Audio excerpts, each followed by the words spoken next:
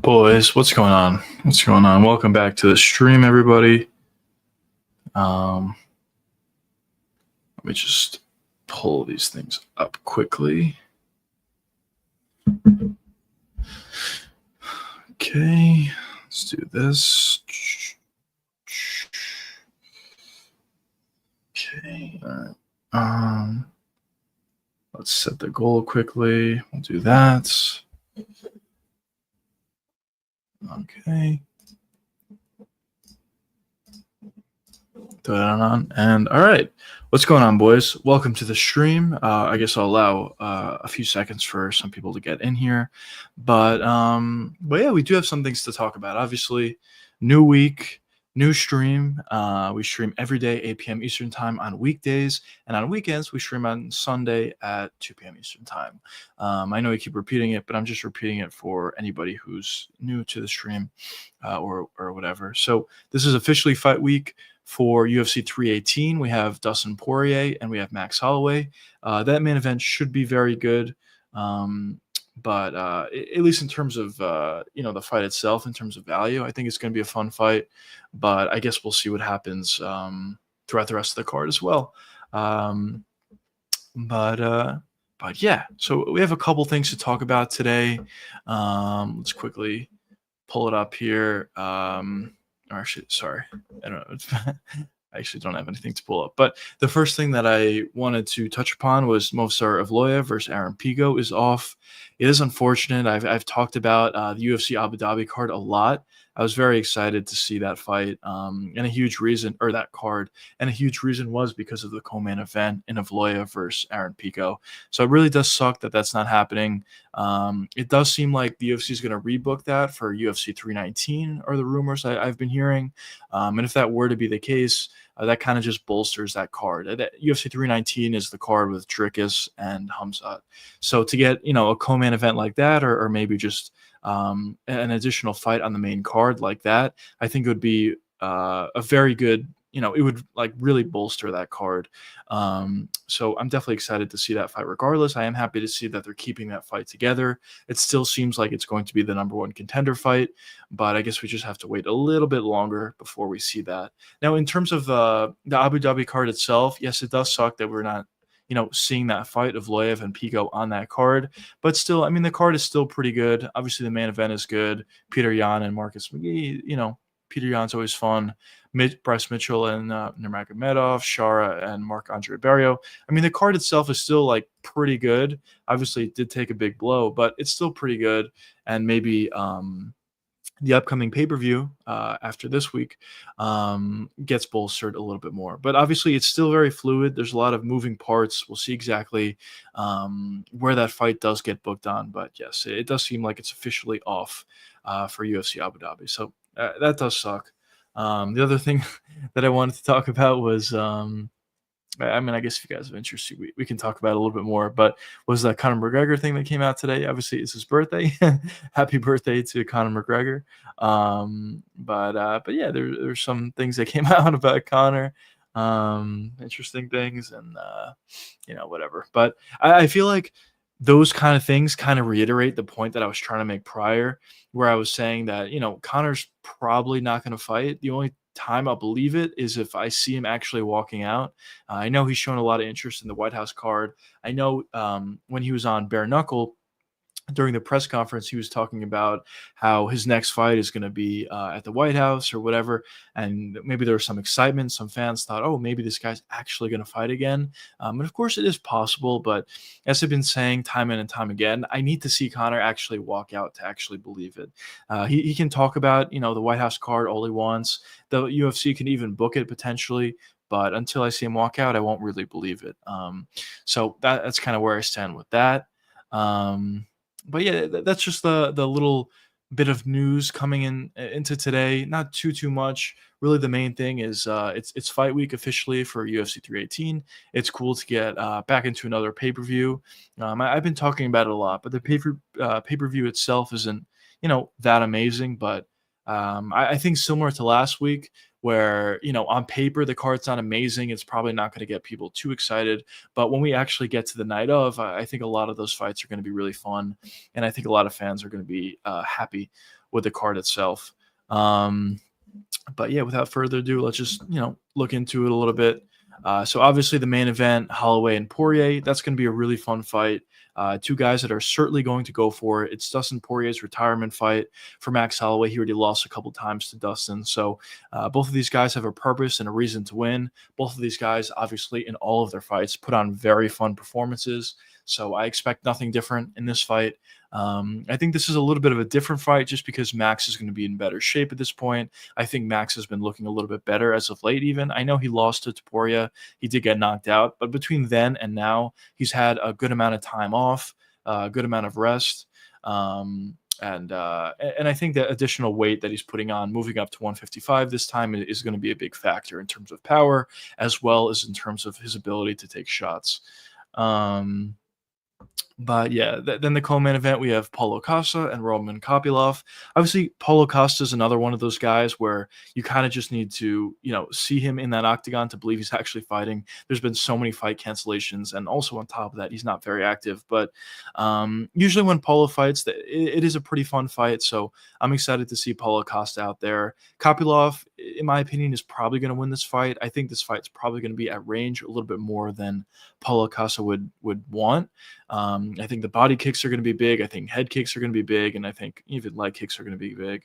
It's probably just going to be a fight that's kept mostly at kicking range, and I see Roman Kopylov winning a decision that way. Next, we actually have a pretty good fight here. And by the way, I think the Paulo Costa Kopylov fight is probably going to be pretty fun. But next we have Kevin Holland and D-Rod. I think this is going to be a really fun fight. I think it's a tailor-made fight, honestly, for Kevin Holland. I've talked about this a bunch. I even have a video coming out about this on Friday, 2 p.m. Eastern time. Be sure to check that one out. But at 170 at the welterweight division, I think Kevin Holland is a legitimately good fighter. He can stop takedowns. He hits really hard for the division. His chin is ridiculously good for 170. His skill is even pretty good. Even if he does get taken down, he does have a good ability to submit guys. We've seen it a bunch against good wrestlers. And at 170, I just think Kevin Holland has good skill to be a legitimate contender. He's already on the 2-fight win streak at this point. We'll see what happens in this fight versus D-Rod. I fully expect Kevin Holland to win this fight in dominant fashion. I think he's going to land a jab and a right hand, possibly even a left hook. And I think he's going to be able to finish D-Rod within the first 2 rounds. I wouldn't even be surprised if he drops D-Rod and then submits him from there, but some sort of finish within the first 2 rounds is what I expect for Kevin Holland. I think at this point, as I said, he has better skills for the welterweight division, on top of the fact that, he's just much better. He's just much more focused at this point in his last 2 fights, and just much more focused in the welterweight division, because I think in his mind he believes that he could be a legitimate contender. Honestly, I mean, we've been seeing a better Kevin Holland out there as of late, and yeah, I think that's going to continue. I think this is a pretty easy fight for him, good stylistic matchup for him. And yeah, we'll see what happens there. The next one we have is Dan Ige versus Patricio Pitbull. I think this is actually a pretty good fight for Patricio. I know his UFC debut wasn't all that good versus Yair Rodriguez, but I also thought Yair was a really bad fight for Pitbull. Yair's a guy that fights at range, utilizes a lot of kicks, and utilizes his length. And I think we saw that a lot in that fight versus Pitbull. For Pitbull, what he likes to do is he's just basically a counter striker. He's going to wait a long time to find those counters, and if they never present themselves in a fight, he's just not going to throw much volume. And I think we saw that in his fight versus Yair. But in this fight versus Dan Ige, Dan is notoriously known as being a very aggressive fighter out there. He pushes forward. He throws a lot of shots. He does it very hard, but I think there's going to be a lot of openings for Patricio Pitbull to land some counters. And I know Pitbull is the underdog. We can also do a little bit of a betting segment as well after this. I'll tell you guys which bets I like early on in the week. But I do think there's probably going to be a lot of opportunities for Pitbull to land counters. And at the end of the day, I kind of think Pitbull is going to win this fight. It's a pretty good stylistic matchup for him. I know he's old. I know he had a bad UFC debut, but stylistically, I like the matchup for Pitbull. Then next we have Michael Johnson and Daniel Zellhuber. This is going to be a fun one. I fully expect Zellhuber to win. He'll probably find a finish as well. The thing about Michael Johnson at this point is, he's been fighting for a while. He's had some success at, against some guys, I guess. But at this point, really the only thing you need to worry about is his hand speed. He has ridiculous hand speed. He can catch you off guard. He can land a big shot. But for a guy like Zellhuber, who's shown a pretty good chin alongside with the fact that he hits pretty hard, and he's also pretty good. I think he's shown really good skills, especially in his last fight. I think eventually he'll be able to find a finish on Michael Johnson. But I think the fight itself is probably going to be very fun. And you know, we'll see what happens there. Rick, what's going on, brother? Welcome to the stream. You should call Tana and offer to replace Movsar, homie. If I can cut down to 145, I'll certainly do it. I don't think I would fare very well against Aaron Pico, but I'll certainly do it. I've heard that fight is going to get pushed to UFC 319, though. I'm happy about that. They're going to keep the fight together, it seems. It's a legitimate number one contender fight. And, it sucks that Movsar had to pull out, but they're going to keep it together, put it on UFC 319. Obviously, nothing's official yet, but those are the rumors that I've been hearing, and we'll see what happens there. But yeah, so that's kind of the main card. For the main card overall, I mean, listen, not amazing fights, not very meaningful fights, but some fun ones. The main event's going to be fun. Co-main event's probably going to be fun. Holland fight's going to be fun. Honestly, all these fights are fun fights. So hopefully we're in store for a lot of finishes and a pretty fun night. You can make the cut, homie. Try it. It's a tough cut for me to 145, but I'll see if I can cut in 2 weeks. But yeah, for the prelims, there's also some fun fights, honestly. Kyler Phillips and Vinicius. I think this is a good one. I definitely expect Vinicius to win this fight. I think he's just more physical than Kyler Phillips, and also he's a much better gas tank than Kyler Phillips does. And in the end, I just think he's going to outwork Kyler Phillips. I have a video coming out about this actually pretty soon. So I believe on Wednesday, actually. My Vinicius video is going to come out. So be on the lookout for that if you're interested in that fight. John, what's going on, brother? Welcome to the stream. Rick and John have always been in these streams. I appreciate both of you guys. Thanks so much for joining the streams and for leaving comments in chat and everything. But yeah, so that's pretty funny, actually. I was just watching Conor versus Khabib, the fight itself, and some of the lead up to the fight. So that's pretty funny. They said that, but yeah. So, but outside of the Vinicius fight, we have Marvin Vettori and Brendan Allen. Obviously, Marvin Vettori is not necessarily an exciting fighter. He's been in a lot of boring fights, but he has decent skill, and so does Brendan Allen. And they also have their beef going back and forth. I believe Brendan Allen punched Marvin Vettori or whatever. Something happened. I don't remember exactly, but I know they have beef, so maybe that fight could be a little bit more fun. Yeah.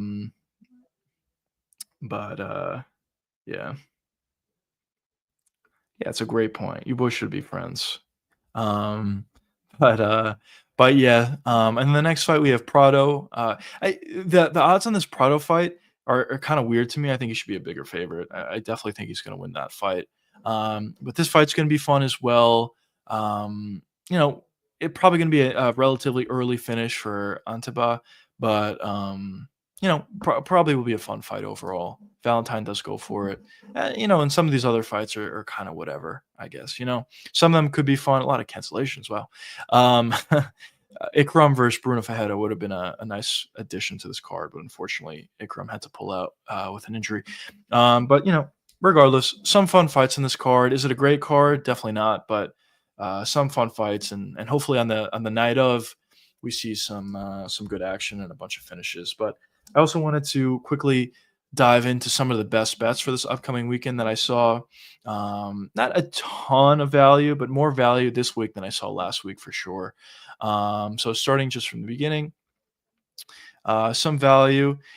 This one is I'm kind of conflicted on. I was thinking about maybe taking Bretsky at plus 186. Bretsky's a terrible fighter. I don't want to sugarcoat it or anything. He's a terrible fighter. But Ryan Spann in his last fight looks so bad. Should be a fight that Ryan Spann wins. It should be a fight that he wins via finish. but he just looks so bad in his last fight that it almost makes me want to take a flyer on Bretsky, especially at almost plus 200. But I'm not sure if I'm going to take that. But it was something that I was thinking about. The same thing here for Prochniel. I don't think Prochniel is really a good fighter either. He's a better fighter than Bretsky, but I don't think he's really a good fighter either. He just has decent kicks at range, but he does get hit a lot. He doesn't have great wrestling. He doesn't have great clinch work. He doesn't have great boxing. He just, he's a guy who can keep range and just kick a lot and kick his way to a decision. But the only reason why I was thinking about maybe taking a flyer here at plus 196 is I don't think Jimmy Crute is really all that great either. But I guess the thing about Jimmy, he's probably going to push a pace. He's probably going to force his fight either to be in the clinch or on the ground or in boxing range. So uh, I don't know. So, we'll see. Do you like the band? I do like the Doors. The Doors are good. They're a good band. But yeah, looking at some other value. I mean, obviously there's no value. He's going to win, but there's no value here at minus 530. This is the one that I was marking. So in terms of a play that I will be taking this upcoming weekend for sure is Prado. At minus 156, I think the value is pretty good, actually. In Nikolai's last fight, it was kind of a domination. He kind of just got dominated. And yes, this is a different stylistic matchup, but I think Prado's a pretty decent fighter. And I think he'll be, in the end, I think he'll be able to get a victory. So I like the value there. Marvin Vettori, or sorry, Brennan Allen, I think he's going to beat Marvin Vettori, but the value's not really there. Maybe you can, partner him up or parlay him up with somebody else, but I don't really see much value there. In terms of this fight, the Vinicius one, these odds are getting higher and higher by the day. Kind of unfortunate that I didn't take this play already, but even at minus 174, I'm very, very confident that Vinicius Oliveira is going to win. I mean, obviously, I've been wrong in the past. We'll see what happens, but I do, even at minus 174, I do like the value on Vinicius. I'll probably put a decent amount of units on his money line, and I'll probably also parlay him up with somebody else to get better value. But I'm pretty confident in Vinicius in this fight. I kind of just think Kyler Phillips may do well early on. He is he is pretty good. He does have skill for sure. Maybe he'll land some shots early on, but once we get to the second round and then the third round, I really think Vinicius is really going to pick up the pace. I think he's going to pressure Kyler Phillips. I think he's going to tire out Kyler Phillips, and I wouldn't even be surprised if Vinicius is able to find some sort of finish in the end. So I do like the value here, even at minus 170. And going to the main card, I like the value here, plus 144. I kind of touched upon it a little bit before. I kind of think this is a good stylistic matchup for Patricio Pitbull. Dan Ige is a guy that, hits very hard, yes, has a decent ability to wrestle, of course. But he's very aggressive. And for Pitbull, he's just a counter striker. He's not really going to overexert or look for openings. The openings need to be there. And for, a guy like Dan Ige, who's very aggressive, presses forward a lot, throws a lot of punches. I think there are going to be a lot of openings for Patricio Pitbull to land shots. And yeah, I do think he's actually going to win this fight. So getting him at plus money, especially plus 144, I think is probably pretty good value. For Kevin Holland, I mentioned I'm very confident that he wins this fight, but at minus 440, there's nothing really you can do there. I'm almost tempted to take Paulo Costa plus 200, but he's most likely not going to win. He doesn't fight really. Last time we saw him was a year and a half ago, and even at plus 200, I don't think the value is really there. But the other thing I like is the main event. I'm also fairly confident in this one. Max Holloway to beat Dustin Poirier. You're getting him at minus 125. Joshua, what's going on, brother? Welcome to the stream. But yeah, you're getting him at minus 125. Yes, he did lose a couple times to Dustin, and people might be questioning that. Why would you take a guy at minus money that lost twice already? But in my opinion, the reason why I'm leaning towards Max Holloway is I think, he has a much better he was able to put on weight much better this time as opposed to the last time they fought. And moving up to 155, he was also able to have a lot of success against Gaethje. I think it's pretty clear that his power is a lot better now than it was. Yes, he did just get knocked out by Ilia Topuria, but it's been some time since that knockout happened. I don't think his chin is going to be gone or affected too much from that Topuria knockout. And even if you look back and watch that fight itself, Max Holloway had a lot of success. I would say that's probably Ilia Topuria's toughest fight of his UFC career thus far. Essentially, against everybody else, he was able to run through them more or less. Um, but for Max Holloway, he was able to, put on a pretty difficult fight. So I think at this point, Max Holloway is kind of looking the best that he's looked in maybe ever, honestly. And I think against Dustin Poirier, this third time around, I think he'll be able to have more success. Um, but yeah, that's kind of the best bets I see for this upcoming weekend. Not too much. I'll probably take some props on Kevin Holland by submission. That's probably what I'm thinking because I think the value might be all right. But yeah. Did you talk about most? Yeah. So I did talk about that. All right, let me full screen this. Yes, I did talk about this before. Movsar did pull out. It's unfortunate, but I think they're looking to put the fight back together. I think they're going to do Movsar versus Pico for UFC 319 in Chicago, which it kind of sucks for this upcoming weekend, or sorry, next weekend for Abu Dhabi. That card was really good, in part because of that co-main event. But yeah, now they're moving it to UFC 319. In terms of Yair getting the title fight, I probably would agree with you previous, but I've heard some rumors that Yair is fighting Arnold Allen next. I mean, obviously things can change. Maybe the UFC would just give it to him. But the reason why I don't think Yair is going to get it is because, well, A, it makes no sense, but it's not like the UFC is immune to making fights that make no sense. But the real reason for why I don't think they're going to make it is because of the Canelo fight. The Canelo fight is happening the same time as UFC Noche. Originally, the UFC Noche was supposed to be in Guadalajara. It was supposed to be a pay-per-view. And I think at that point, going to, back to Mexico and putting together a pay-per-view card that would need a title fight at the top. I think that's why the UFC wanted to do Yair versus Volkanovski. Obviously, it made no sense. Volkanovski already beat Yair. Yair's on a one-fight win streak, and also Volkanovski was able to finish Yair Rodriguez. And it wasn't even that long ago. So it really didn't make sense at all. But I thought the only reason they wanted to do that was because they were going back to Mexico and they needed a title fight to top the card and to headline the card. And I thought that's why they were looking to put Yair on that card. But since the Canelo fight is happening on the same day and Dana White is promoting the Canelo versus Crawford fight, the UFC decided not to put together a pay-per-view for that card for UFC Noche. I truly believe that's the reason why they decided to do that. And now that's a fight night, they did Gene Silva and Diego Lopez. And I don't think there's much more of an impetus for Yair Rodriguez to get the title shot. So at this point, I know historically they really don't want Movsar to get the title shot. But at this point, I almost feel like, Canelo in a weird way kind of forced their hand to make Movsar Evloev versus Aaron Pico the number one contender fight. And the winner of that is probably just going to get Volkanovski. And for Volkanovski, we'll see what happens for him. What I want to happen, honestly, is him to fight Movsar or Aaron Pico, win, and retire. That's what I want to happen because I think after he fights Movsar or Aaron Pico, the winner of that fight, if he does win, I think the next guy he's going to fight is Gene Silva. And I really don't want to see Volkanovski versus Gene Silva. At this point in his career, what Volkanovski struggles with is guys that are super physical, hit really hard, and can take shots well.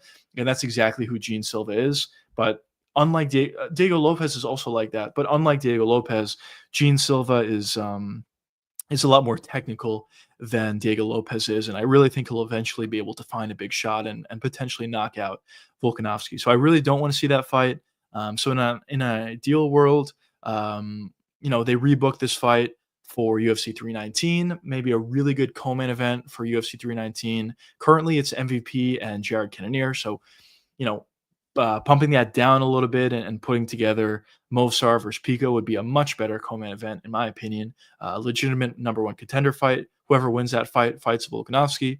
Volkanovski wins, and then he retires. That would be my ideal case scenario, but obviously a lot of moving parts there, and we'll see what happens.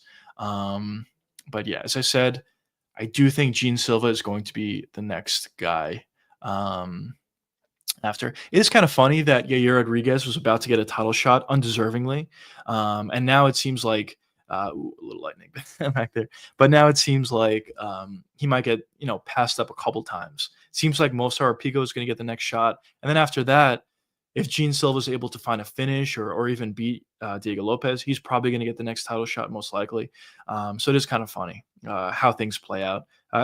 Sometimes I talk about this, and it's so true how one little thing changes everything. JDM is a champion now because Shavkat got hurt. Imagine if Shavkat didn't get hurt, where would JDM be at this point? And now JDM is fighting Islam Makhachev next, which is kind of crazy. By the way, that's going to be a really good fight as well. Probably that fight is going to be an MSG, but it is crazy how much things change with one little change, one little injury, one little decision. Dana deciding to promote boxing and promote the Canelo Crawford fight. Now all of a sudden, Yair is not getting a title shot. Listen, I don't know for sure if that's the reason, but I'm assuming that's why. Um, but yeah, definitely a lot of a lot of changes that could happen based on almost nothing. But but yeah, so those are some of the plays, those are some of the news, and obviously this upcoming weekend, hopefully we get some sort of a good card coming up. But one thing I wanted to do is I wanted to react to one video that I thought was interesting. Um, John says, "Did you see the Volter Walker heel hook?" Volter Walker's a guy who's really impressing me. Actually, going into the fight, I thought Kennedy would win because he'll be able to stop takedowns and I didn't think Volter would have much for him on the feet. But in that fight, Volter surprised me a lot. He landed a big shot on the feet. He hurt Kennedy, took him down at a certain point, and then he, as you said, he had that six sequence where he just immediately found that heel hook, and that's three in a row for him. At this point, he's really impressing me. And I'm kind of going to a point where I'm thinking Volter Walker might actually be good. Like at a certain point, I thought, he was getting some wins, but whatever. I didn't think he was like that good. But not to say Kennedy's an amazing opponent, obviously, but I think there's a real chance here that Volter Walker could really heel hook a bunch of guys at heavyweight. The thing about heavyweight is it's very not skilled, and I think most of these guys don't know what a heel hook is. They don't know how to defend it. They've never seen it before. Most guys don't go for it at the heavyweight division. Really, in any division, they don't really go for that. So the fact that Volter is actually like pretty prolific with that heel hook. He's very fast with that heel hook, and also he's fighting at heavyweight. I think he can have a lot of success with that particular move, and he's obviously already had a lot of success. I think this guy has a real chance to really move up the rankings. Now, is that going to work against Tom Aspinall? I mean, probably not. But he is a long way from the top of the division at this point. But maybe he can be a guy at the lower half of the division of the rankings. Maybe he can have some success. Maybe he can just get a million heel hooks. But we'll see what happens. Tom only legit loss was via heel hook. Yeah, maybe. Imagine Volter Walker heel hooks Tom Aspinall. He heel hooks. Let's say he goes on he wins 3 more fights after this, and it's all capped off by him fighting Tom Aspinall, and he heel hooks him like right away at the beginning. That'd be pretty crazy. Heel hook a legend. But yeah, we'll see what happens there. But I definitely underestimated Volter Walker. I think he has a real chance to be good, which is pretty funny to say at this point. But yeah, anyways, so I had a video that I wanted to react to. Let's bring this up quickly. Here we go. So let's just do that quickly. All right. So this video is about why Ilia Topuria will remain undefeated. Be sure to hit the like button and subscribe if you guys enjoy this sort of content. And yes, I know I glazed Ilia Topuria quite a bit, but I thought this video was pretty interesting, so I wanted to react to it quickly. But anyways, without further ado, let's get into it. He said, "Oh wait, sorry, new to this whole streaming thing." Or AirPod.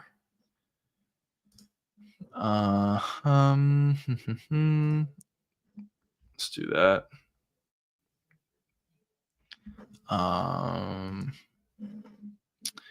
But yeah, all right, let's get into it. 17-0 undefeated. He's now pound for pound number one. I think it's safe to say nobody's ever beaten Ilia Topuria. And we've had some mythical fighters in the UFC before. Sea-level Kane, motivated McGregor. But I feel like confident Topuria as a mythical fighter might be the best one we've had yet. And like I said, nobody's beaten this dude. If we look at some potential fighters at 155 and 170, and even if he went up there and said, for sure I'll beat Aspinall, I've got to pair him against Tom Aspinall these days. But some potential lightweight contenders, Sarukian, Paddy Pimblett and Justin Gaethje are probably going to be next for Ilia Topuria. They're all at UFC 317. They all make the more sense. But if we start off with Justin Gaethje, Ilia Topuria versus Justin Gaethje, I'm going to be honest, this is a waste of a title shot. Justin Gaethje's on a one-fight win streak over a guy that he's beat before on short notice.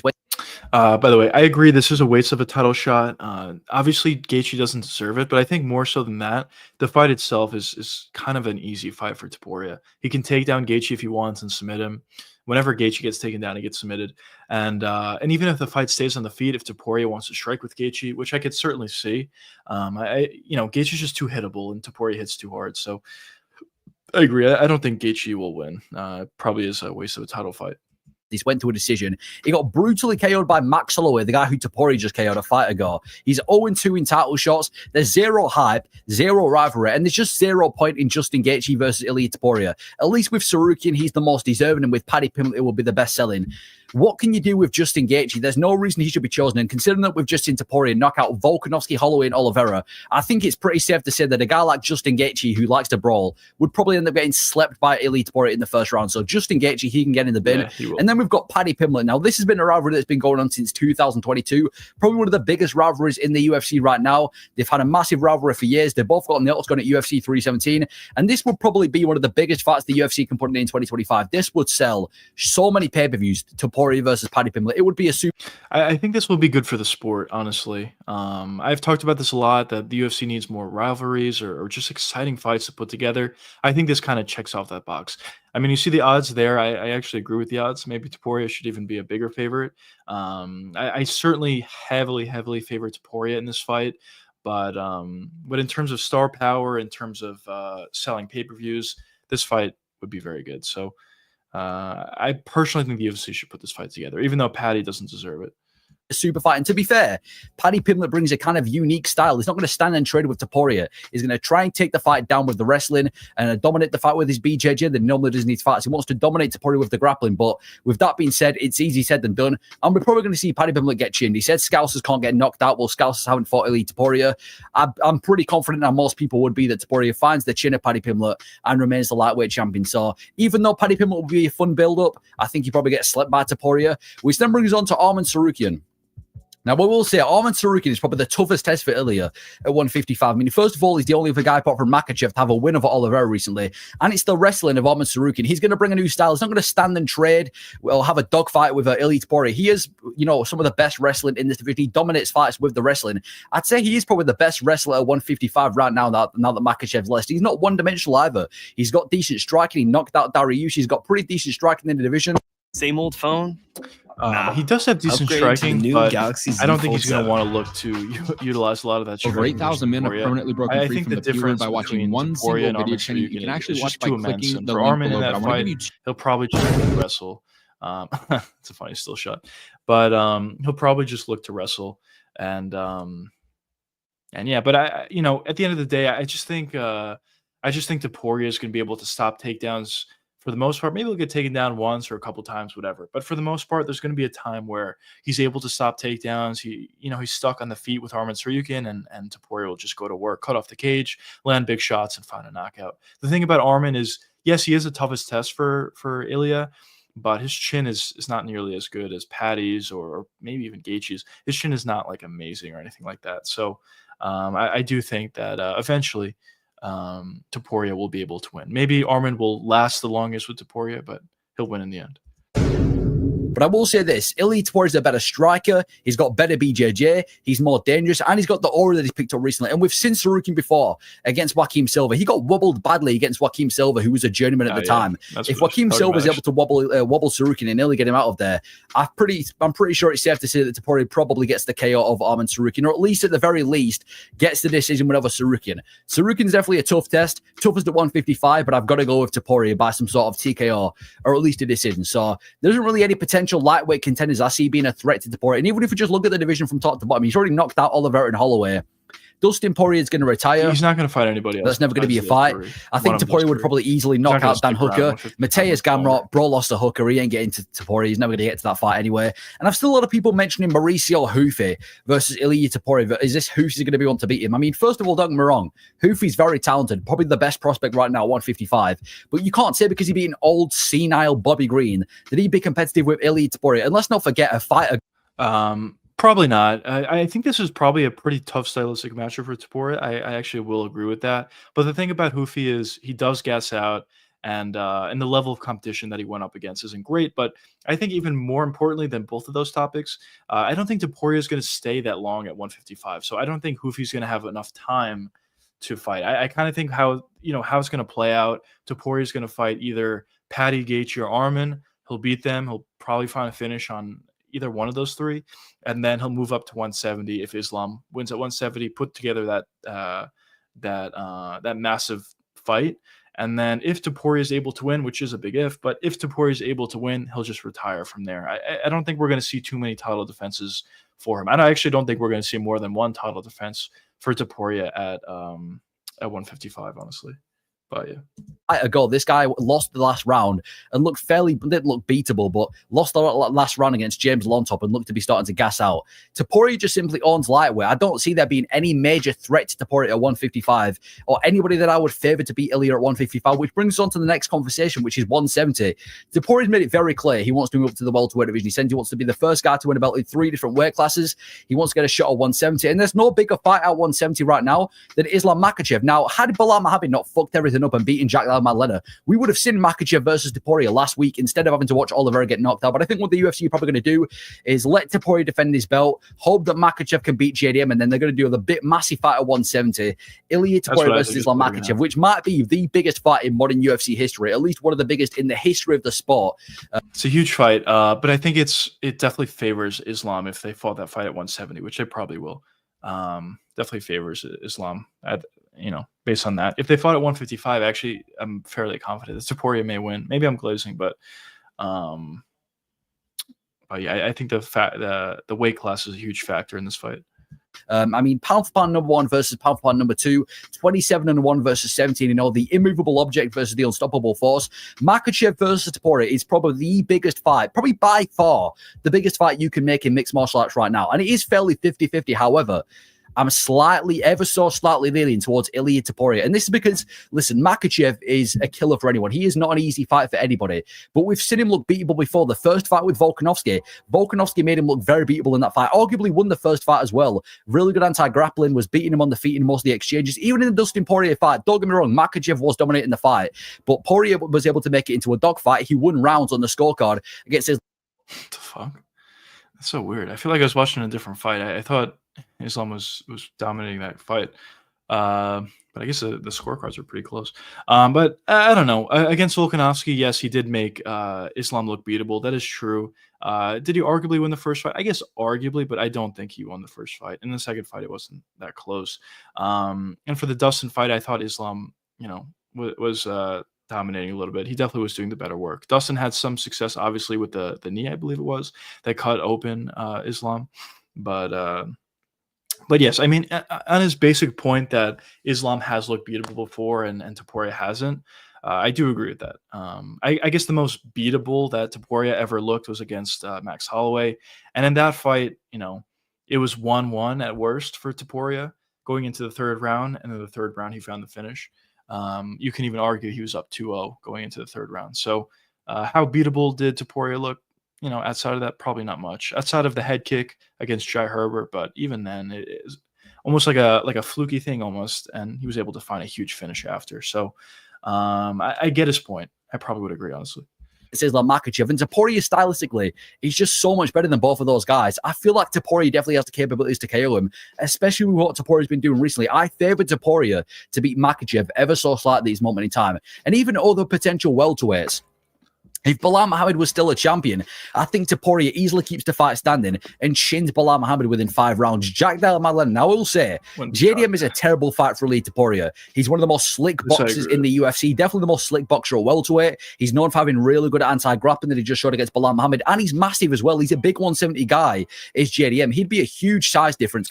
I don't think we're going to see JDM versus Ilia. I mean, that would be a weird timeline, but I guess it's possible if JDM beats Islam. But if JDM beats Islam, I kind of agree. I don't think Ilia would beat JDM. I think the size would just be too big of a difference. JDM has been taken down before, but I think at this point his takedown defense is a lot better, as we saw against Belal. And in terms of the boxing, JDM is very slick. He's going to be a lot bigger. I think he'll be able to take shots a little bit better than some other guys. And yeah, I think the size difference will eventually be too much for Topuria. So this will be a tough fight for him compared to Ilia.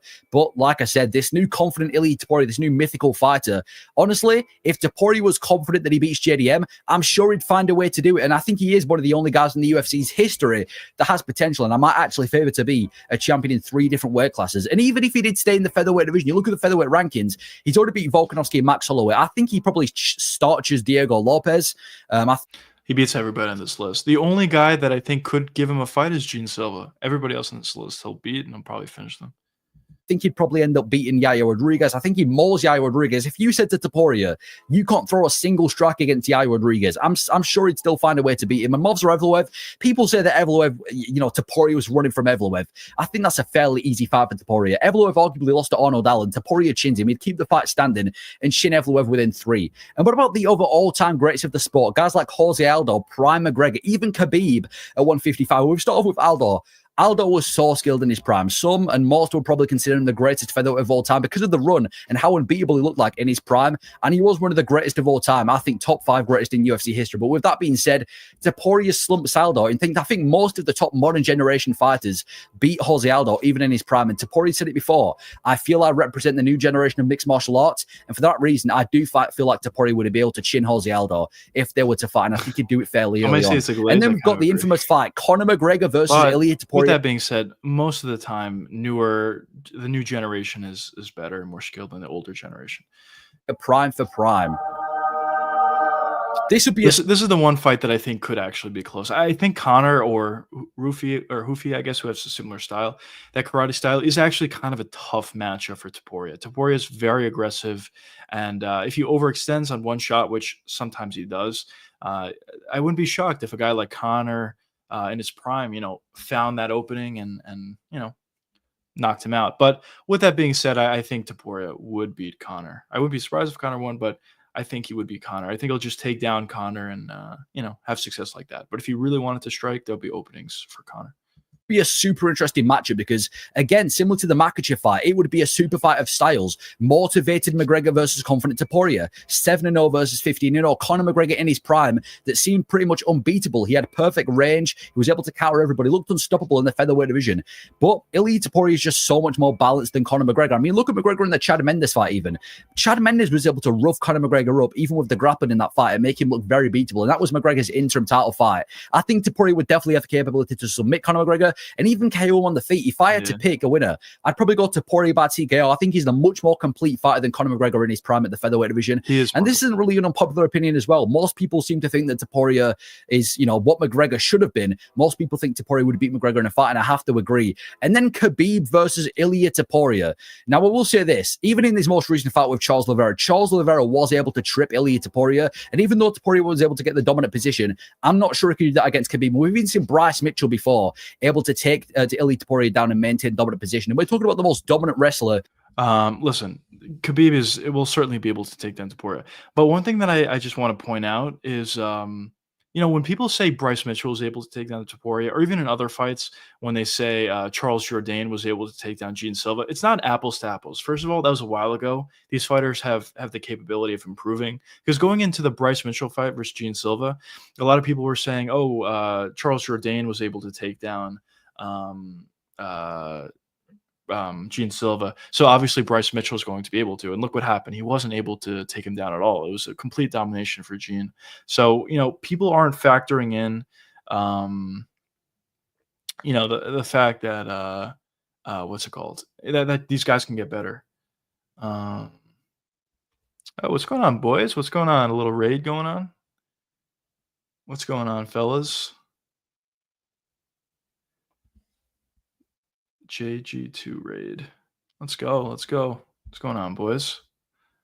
Welcome to the stream. Welcome to the stream. We're just reacting to why Ilia Topuria will remain undefeated and become the undisputed GOAT. What's going on, fellas? What's going on? What's going on?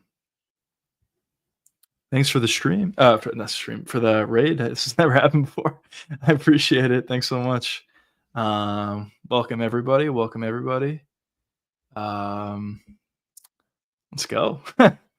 Conor. Conor is looking pretty big.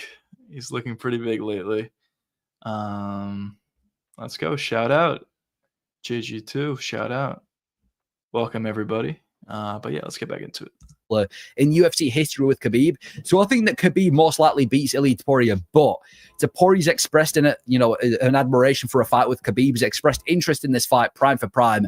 And if anybody's going to pull it off, it's going to be Ilia Topuria. So as much as I want to favor Khabib to win this fight, Topuria could get it done, but I would lean towards Khabib winning that fight. But this is why Topuria will retire undefeated, like I said in the title. First of all, he's here for a good time, not a long time. Conor's meat. Whatever. It was definitely interesting. We're actually reacting to Topuria. I wouldn't be surprised if Topuria, decided to rock a similar thing to, to what Conor was doing. But yeah, pretty good birthday for Conor. Interesting. Thoughts on Conor's meat? Before you go, let's go. Said before that he wants to be out the sport by 30 years old, and we've seen many legends in their prime who look really good go on this long losing streak towards the end of their career. Fighters that have stuck around way too long and then have ended up paying the price for it towards the end of their career. For the time, he's undefeated, but so is Ilia Topuria, and I think he's only going to have 2 to 3 more fights in his MMA career and then dip from the sport, just like Khabib when he was 29-0 and retired at 32 years old, fairly early on into his title reign. And I think not only will Ilia Topuria retire undefeated, I think he might have the capabilities to become the greatest. Just a relatively new YouTuber, at least relatively new to the whole streaming thing, and yeah, this has never happened before, so it's pretty cool. Ilia Glaze getting out of control. Yeah, you're probably right. I do glaze Topuria, and in this video, obviously, he's glazing Topuria as well. But honestly, you're probably right. He's gonna find. He's got to find it. Got to look into that training routine. That was the greatest mixed martial artist of all time. Islam. Like I said, I think he has a real chance to. Not a long time. It depends what weight class they fight at. At 155, maybe Glaze, whatever. I think I favor Topuria over Islam at 155. At 170, I think it's a much tougher fight for him. But most likely this fight would be at 170 if they did fight. But a lot of moving parts. Islam has to beat JDM. Topuria needs to beat Patty, Gaethje, or Arman. I think he'll beat all three. And I think I don't know. JDM versus Islam I think is pretty close. But both of those things need to happen, and then maybe we can get this this huge fight. Letterman's gonna be super active. Yeah, that's fair. I just think, I guess the reason why I'm saying that is I kind of just think at 170, Islam is going to be a lot more filled out. 155, even in his most recent fight, he didn't look very filled out. But I don't know. At 170, I think he'll be a lot more filled out. I think he'll be able to have better cardio. I think he'll be able to have a stronger shot. I think some of his punches, kicks maybe would be a little bit harder. But yeah, we'll see. I mean, I'm not counting out Topuria at 170 either. Why do your videos sound AI made? They are AI made. You caught me. No, I'm kidding. They're not. But yeah, I don't know. I don't know. I'll add more personality into them. I mean, if you look at some of the other goats of the sport, Demetrius Johnson, GSP, Anderson Silva, they've all got really long title wins, 11 title wins, a bunch of title wins between them. And yeah, they've got in these long reigns. And Ilia Topuria, I doubt he's even going to surpass 7 title wins. But one thing I will say about some of the goats of the sport is even though they've got a lot of title wins, there's also a lot of filler names in there. Names that aren't really legendary. Insane line from Topuria. That meme when he was talking to DC, I don't know if you guys have seen that. When he was talking to DC and they had that like thing blurred out, that was so funny. But yeah. Names aren't really, names that are notable. They've got a lot of filler names in there. Ilia Topuria, he's only had legends so far in his title run, and I think he's only going to stay the same way. He looks to fight Makhachev. He wants to become a welterweight champion. I think there's going to be very limited kind of, filler names in Topuria's legacy. Imagine he ends off his career as the first man to become a champion in 3 different weight classes, a resume of, Makhachev, Volk, Holloway, Oliveira, Paddy Pimblett, who, is probably the odd one out, and then Sarukian. He also ends off with 6 title wins at 20-0. He would undoubtedly be the undefeated. I've actually talked about this a lot. For Topuria, I actually think it's pretty obvious that he doesn't see greatness in the same way as maybe a Pantoja. For Pantoja, his greatness is getting 1 million title defenses, and being the GOAT that way, which, he's kind of on his way to doing so. He's got a bunch of title defenses. He's going to fight Joshua Van next if he's able to beat Van. Who knows who will fight after that? But for Topuria, I think he sees greatness in a different way. He wants to be obviously a 3-division champ. He beat a lot of great guys at 145. He knocked out he knocked out Volkanovski. He was able to knock out Max Holloway, 2 legendary wins with 1 title defense, and he decided to move up to 155. Now, obviously, he was able to knock out Charles Oliveira, another great name on his resume, and he's currently the champion of 155. I think from this point, he's going to look to fight either, as I said, Paddy, Gaethje, or Arman. He'll probably beat any one of the 3 of those guys. At that point, he'll have 1 title defense, and then I think he wants to move up to 170. And if he moves up to 170 and he beats Islam, which obviously is a lot easier said than done, I'm not saying he's going to do this. I'm just saying theoretically in his mind, this is probably what he's thinking. If he does beat Islam, I think he'll retire immediately. And at that point, I don't know. It would be very difficult to say he's not the GOAT, honestly. Maybe I'm glazing, whatever. But 3-division champ, beating the guys that he would have been able to do if that scenario that I pointed out does turn out to be accurate, would be pretty crazy, honestly. Gunther Ilya, legendary comment. Nice comment, Leo. Could use 14 wins again. Topuria is against Volk for the flyweight champion. Yeah, the resumes are definitely very it's a legendary comment. The resumes are definitely very different. Ilya's wins are quality over the rest. Yeah, quality wins for sure for Topuria. I completely agree. That was a legendary comment. Shout out to you, Leo. Undisputed GOAT. He'd be undefeated. He'd have set records title-wise. He'd have a bunch of title wins, and he would have one of the greatest resumes of all time. And you can say he's recency bias. He might be recency bias. If there is a fighter that I think it's fair to use recency bias against, it's Ilia Topuria with what he's accomplished recently. And he's also the best boxer in the UFC. The only guy I can really compare him to is Dustin Poirier. And I'm going to talk about Dustin Poirier. We're getting into a bit of a new topic now, but the next pay-per-view, they recently announced at UFC 317. Poirier versus Ilia would be an interesting fight. I still think Ilia wins, but that would be an interesting fight. Poirier could take shots. He's obviously in the pocket. He's honestly does his best work. The thing about Topuria is you want to avoid the pocket at all costs. And even if you are able to, it's still hard to beat this guy. But for Dustin Poirier, he probably wants to be in the pocket against Ilia Topuria. So I honestly think out of everybody, I mean, maybe Islam at 170 is a different story, but out of everybody, including out of everybody at 155, I think Dustin may be one of the tougher fights, maybe the toughest fight for Topuria. JDM is a better boxer than Ilia. They have different styles for sure. I think for Ilia, the reason why he's considered to be such a great boxer is he does a great job at putting punches in combination. And obviously he hits ridiculously hard and he's able to knock everybody out. And he cuts the cage off very nicely.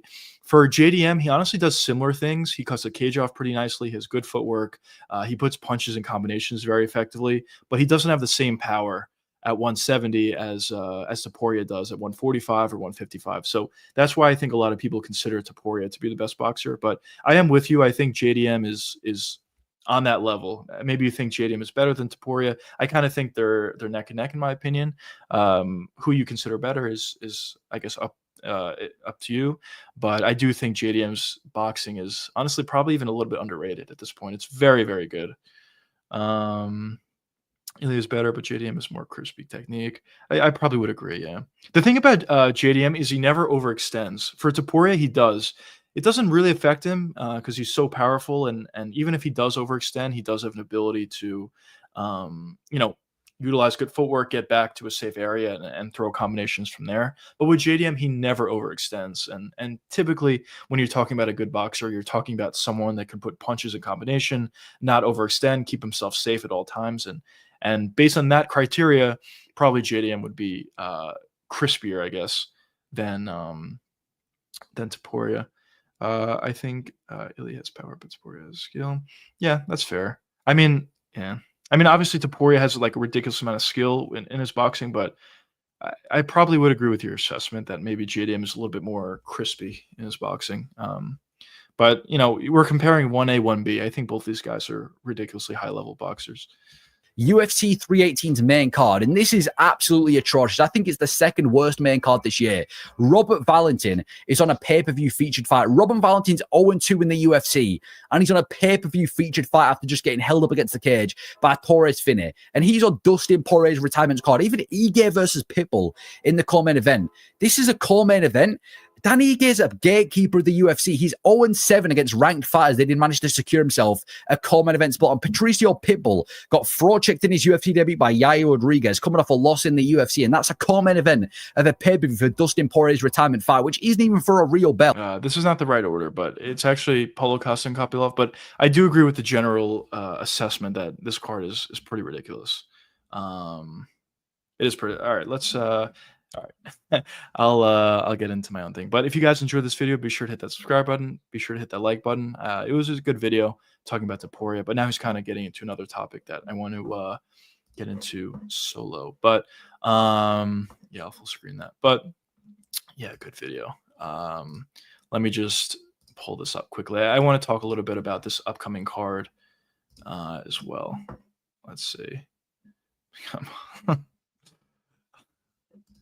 All right, let's throw up. Well, first let's do this. Sorry, I'm a little bit new to streaming, but fuck, my computer crashing out.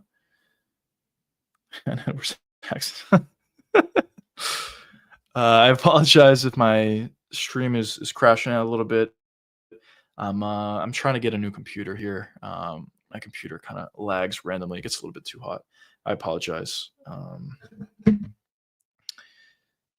Leo, I completely agree with you. You said you hope the card performs better than the name value. I completely agree that it will, or I completely think that it will. The card value obviously is not great. You don't have a real title fight on this card, which you would like to see for a pay-per-view. Your co-main event is like the number 13th and 14th ranked guy respectively. You don't really have too many fights in this card that have real meaning to them. And when I say real meaning, I'm talking about title fight, or either title fights or, number one contender fights or fights, for guys being high ranked or whatever. On this card, we don't really see that. The most meaningful fight on this card, honestly, that I would say is on the prelims is Vinicius Oliveira versus Kyler Phillips. I think Vinicius is going to win this fight, but I think both of these guys are, pretty good for bantamweight, more so Vinicius, but that has some meaning at least. But for Kevin Holland, he's pretty low in the rankings, and D-Rod's not ranked. As I said, for Paulo Costa and Kopylov, they're ranked number 13 and 14, I believe. Very low rankings for a co-main event. Danny Ige and Pitbull's not ranked. Ige might be ranked, I think. I don't know. But if he is ranked, he's low in the rankings. And Zellhuber, MJ are both also not ranked. So not a lot of meaning to this, but as you said, you hope the card performs better than the name value. I think it probably would, just because in terms of, name value, you're not going to get super excited for this card, UFC 318. But I think in the night of, we're going to see a lot of fun fights, and it'll be a similar thing to this previous weekend. For Lewis and Teixeira, I didn't think, I wasn't super excited for the card going in, but it turned out there was a bunch of finishes, and I would say overall it was a fun card. I kind of see this card the same way. Like Max Dustin, almost a guarantee that's going to be a fun fight. Paulo Costa versus Kopylov, I could honestly see it being boring if Costa doesn't go for it and he's fighting at range and Kopylov is just, eating him up with body kicks. I could see that. But for Kevin Holland, D-Rod, I think it's a pretty easy fight for Holland. Probably a finish within the first 2 rounds. So that will be fun. For Dan Ige, Pitbull, Ige is going to push the pace. Pitbull obviously is notoriously patient, and we saw that in his debut versus Yair. But I think against a guy in Dan Ige who overextends a lot, is super aggressive, leaves a decent amount of openings, I think Pitbull is going to be able to capitalize on that, land some counter shots. So I actually think this fight could be pretty fun. MJ versus Zellhuber, this fight is almost definitely going to be fun. The hand speed of MJ, Zellhuber just being good, honestly. Zellhuber is going to win the fight. But, I think that could be a fun one as well. And then for the prelims, Phillips is against Vinicius. I kind of talked about it before. I think that's going to be a fun one as well.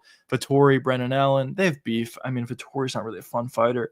And Brendan Allen is like whatever. But at the very least, it's, they have beef. So maybe they'll go for it a little bit more. Prado, whatever. Antibai, I can't remember this guy's name. But this fight is going to be fun. I think he's actually good. Hits ridiculously hard.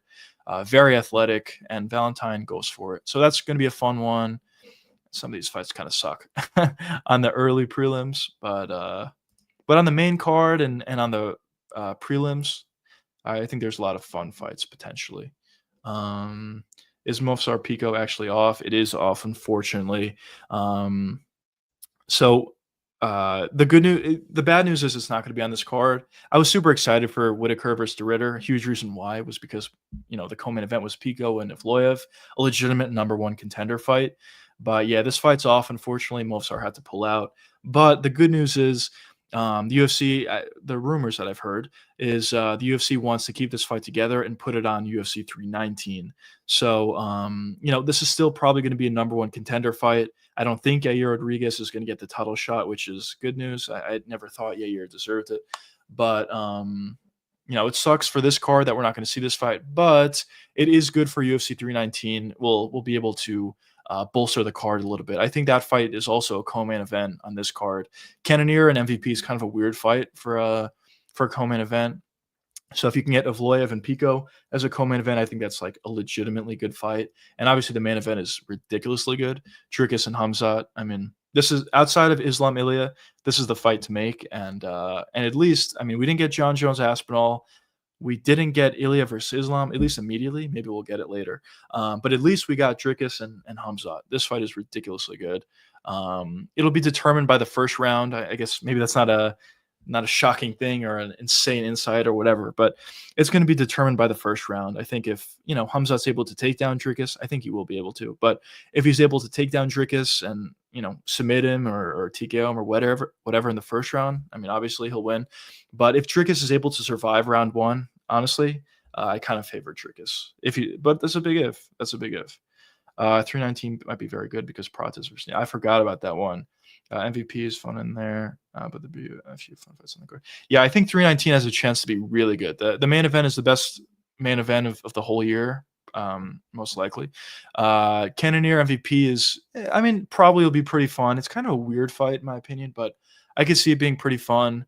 What's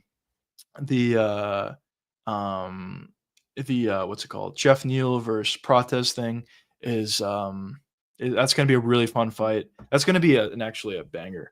I think Prates is going to win that fight. I think he's going to get back in the win column, but Jeff Neal does a great job at getting inside boxing range, pushing a pace, and he's a very good boxer. The thing about Jeff Neal, he's pretty underrated because on one hand, he'll look pretty bad, and then in the next fight he looks really good. So he's a little bit inconsistent, but Jeff Neal does know how to put on exciting fights, and obviously so does Prates. So that's going to be a really fun fight on this card. Brian Battle and Rosaboyev, that could be fun. Kaya Sakura and Tim Elliott will be fun. I think Kaya Sakura is a pretty fun fighter. I think he's also pretty good. I know a lot of people were very low on him after he lost to what's his face, Pantoja, but Pantoja's beating everybody. So losing, getting taken down and submitted by Pantoja, I don't think is too big of a hindrance, I guess I could say, on Kaya's record. I still think he can beat a lot of guys at flyweight. He's still very exciting. He hits really hard. He has great knees. He has good striking. And I think he'll beat Tim Elliott, and I think it'll be a pretty fun fight overall. And yeah, obviously we have Jeff Neal and Prates, so that'll be good. Obviously, Paulo Costa canceled fight. They moved it up, but it is funny whenever you see Paulo Costa, it's like a million canceled fights. Actually, let's look at this just for fun. What the fuck? So just this year, we have 2 fight cancellations for Paulo. Than before, or maybe they don't show fight cancellations. Oh, yes, they do. In 2023, he had 3 fight cancellations against Whitaker, Ikram, and Hamzat. This is the fight I wanted to see, Paulo versus Hamzat, but he had that weird, staph or whatever it was, and he legitimately couldn't fight. But it's pretty ridiculous. And then in 2022, he had 1 fight cancellation. In 2021, none, but he only fought once. And then from there it was 2018 he had 1. But Paulo Costa just has so many fight cancellations, it's ridiculous. It's part of the reason why I don't think he's really good anymore. Obviously the Adesanya fight probably took something out of Paulo Costa. I think it really took some confidence away from him. But outside of that, the fact that he doesn't fight really at all once a year, every year and a half, leads to him being pretty inactive and have ring rust and whatever. And I just think at this point, it is what it is. I don't think Paulo Costa is going to beat too many guys, unfortunately. Dana Collins Spanish card. Yeah. You're talking about UFC 319 or 318? 319 is actually pretty good, but 318 is not great. But yeah, I did see that Dana called UFC 318 a badass card. He's trying to sell the card, but it's not that great. Are you an Izzy fan? Yeah, probably. I wasn't, and then I was, and then I wasn't, and I was. I probably am. I'm in the camp where I don't know how you guys feel about this. Maybe you'll disagree. Maybe I'm a casual or whatever. But I'm kind of in the camp where I don't really think that Adesanya is washed. I still think his skills are there. The only thing that I think is quote unquote washed is his chin. I don't think his chin is nearly as good as it was. And also defensively, he's just not as quick as he was in the past. So that's the 2 aspects that I think are quote unquote washed. But if he goes up against a guy like Strickland, which is kind of a weird stylistic matchup for him. But if he does go up against a guy in Strickland who doesn't hit that hard, I think he could have success. Obviously, he lost, 50-45 in their last fight, but I think that was kind of a weird performance. I still think Izzy could beat Strickland, but I think at this point, really where Izzy's going to struggle is when he goes up against guys who are super physical, hit really hard. He just doesn't have the chin anymore to eat those shots. At one point in his career, he was able to eat a left hook from Alex Pereira. He got finished the first time, but in the second time they fought, he ate a left hook and he was able to counter and find the knockout. So you think Costa's going to get cut if he lost? Yeah. Well, actually, I don't know. I think there's a good chance that Costa could get cut if he loses. I mean, he'll lose how many fights in a row would he have lost at that point? Also, a bunch of canceled fights. He never fights. So, I mean, maybe. It's just the thing about Paulo Costa is he is kind of perceived to be a little bit of a star at this point. Obviously, excuse me. Obviously, at this point, his stardom is not what it was in the past, of course. But I still kind of feel like the UFC sees him as some sort of a star. So I wouldn't be shocked if they kept him around, but I guess I wouldn't be shocked either way. If it were up to me, maybe I would just cut him just because he doesn't fight. Doesn't really provide anything. Unless, I guess it depends. If he loses to Kopylov, but he puts on a fun performance, maybe you keep him around. But if he kind of has a Strickland type performance where he's just backing up the whole fight, not really doing anything, on top of the fact that he never fights, maybe you cut him at that point. I think Izzy can still beat some middleweights. I agree. I do think Izzy's still pretty skilled. I mean, in terms of his offensive skills, I think they're all still there. He's pretty fast in the shots that he throws. As I said, I think the big thing with Izzy, he just can't take a shot nearly as well as he used to. I mean, people forget that this guy was able to take shots from Pereira. He was able to take big shots throughout his career and not really get hurt all that badly. And even in the finish versus Pereira, a lot of people think that was a bad stoppage. Usually when Pereira lands that left hook, I mean, he knocks people out cold. And for Izzy, he did technically TKO him, but Izzy was still kind of with it. So I think his chin was, ridiculously good. But at this point, it's unfortunately, it's not. UFC is announcing they're going to Perth again in September. Izzy versus Strickland 2. I can see that. Actually, that would probably make sense because I saw the Perth card is. All right, you know what? Let me just do this quickly. I'll throw your comments up on the screen. But yeah, I think that actually is possible because the Perth card is going to be a fight night as opposed to a pay-per-view. So maybe Izzy obviously is still a pretty big name. Izzy Strickland 2, you could possibly put that fight on that card. Would be a pretty good headliner for a fight night. So I don't mind that at all. Honestly, maybe that's what they do. I wouldn't be surprised if they did that. Who do you think Reyes should fight next? I think Reyes should fight. I think he should fight. Let's see. Jamal Hill. That's who I think he should fight. Dominic Reyes is on a 2 or I think 3 fight win streak at this point. He's had a lot of success. Jamal Hill's on a 3 fight losing streak at this point. I kind of think it's a good fight to put together. For Dominic Reyes, he'll fight ahead of himself in the rankings. If he's able to beat Jamal Hill or get a finish over Jamal Hill, he'll probably need one more shot and then one more fight, and then he'll get a title shot, which is kind of crazy to think about. At least early on in his career when he was just getting knocked out all the time. And obviously, a lot of people think he beat John Jones and he had all the knockout losses after that and whatever. So, if he potentially could beat Jamal Hill, that'd be pretty crazy. And he'll be, as I said, one fight away from the title shot. So yeah, for up to me, I would do Jamal Hill and Dominic Reyes. Would be a fun fight as well. Topuria versus Tsarukyan in December, Las Vegas sound perfect. I don't mind that at all. I know Topuria was saying he did want to fight one more time this year, and Tsarukyan does deserve it. I would just say the thing about Tsarukyan is I don't know if the UFC wants to do it for a couple of reasons. For one, Paddy versus Ilya is definitely the biggest fight to make. I think Arman versus Ilya is a much closer fight, a much more difficult fight for Topuria. But obviously, Paddy versus Topuria is a huge fight. They have the beef. They're both relatively big stars. But so that's the first factor. But the other factor is obviously Tsarukyan pulled out of the title fight in January, and Dana White was not happy about it. And he usually holds grudges or whatever. So he's been saying that Tsarukyan needs to fight one more time, and obviously he hasn't fought yet. I mean, it's already July. Of course, there still is time, I guess, theoretically, for Arman to fight somebody, and if he wins, then maybe he can fight Topuria in December. But honestly, at this point, it'd be cutting it pretty close. So I think probably what the UFC is going to do is one of two things. I think either they're going to give it to Paddy immediately, or they're going to do Gaethje versus Paddy, and the winner of that will get Topuria in December or in January or something like that. For Tsarukyan, I kind of just feel like he's going to be left out at this point. He's going to have to fight somebody else, but he hasn't fought in a while. I heard he declined a couple of fights already. If I'm Tsarukyan, I'm probably not going to be picky. I wouldn't be picky. Obviously you're not in the best graces of the UFC and Dana White. Just take a fight. He's a really good fighter at 155. He'll probably beat most of the guys at 155.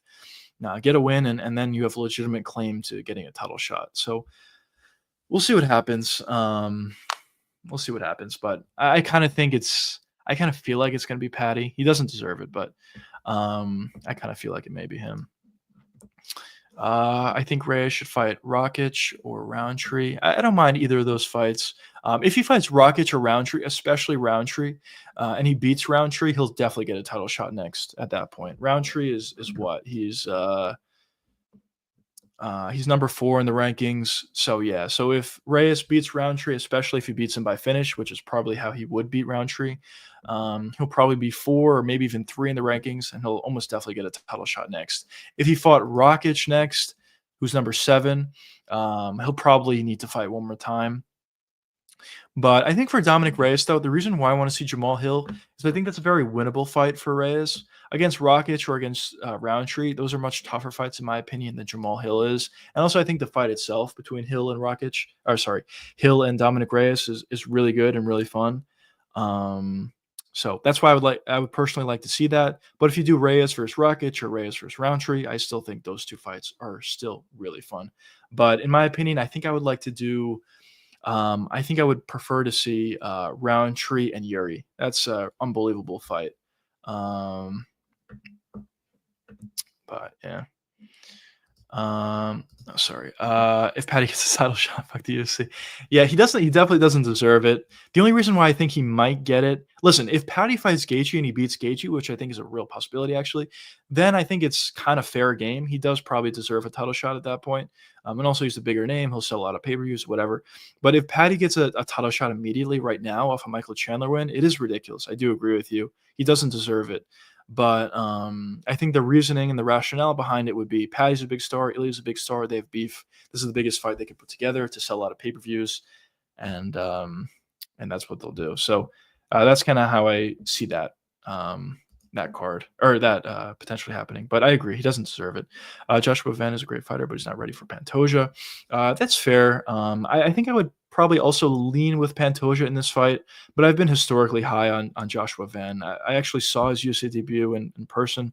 It was a really good performance, and ever since then, Van he's just ridiculously good. He has great boxing, and I think as his career has been progressing, we see a little bit of a difference with him, where early in his career he would pressure guys and put together combos, but he didn't have that much punching power, and still at this point he doesn't hit the hardest, obviously. But I think the difference with Joshua Van at this point is he's looking to counter a lot more, and he's looking to put a lot more sting on his shots. Also, he stops takedowns very effectively. So yeah, I mean, listen, who do I think is going to win this fight? As I said, probably I lean Pantoja, but I kind of see this as like a 55-45 kind of fight. I think Van has a real chance to win. I thought he would beat Royval. He did. In a great performance. One of the fights of the year, one of the fights of the decade, honestly. That was such an amazing fight. And yeah, I'm just very high on Joshua Van. And his ability to stop takedowns, I think, will be pretty big in this fight. If Pantoja does get a takedown, though, is he going to submit Van?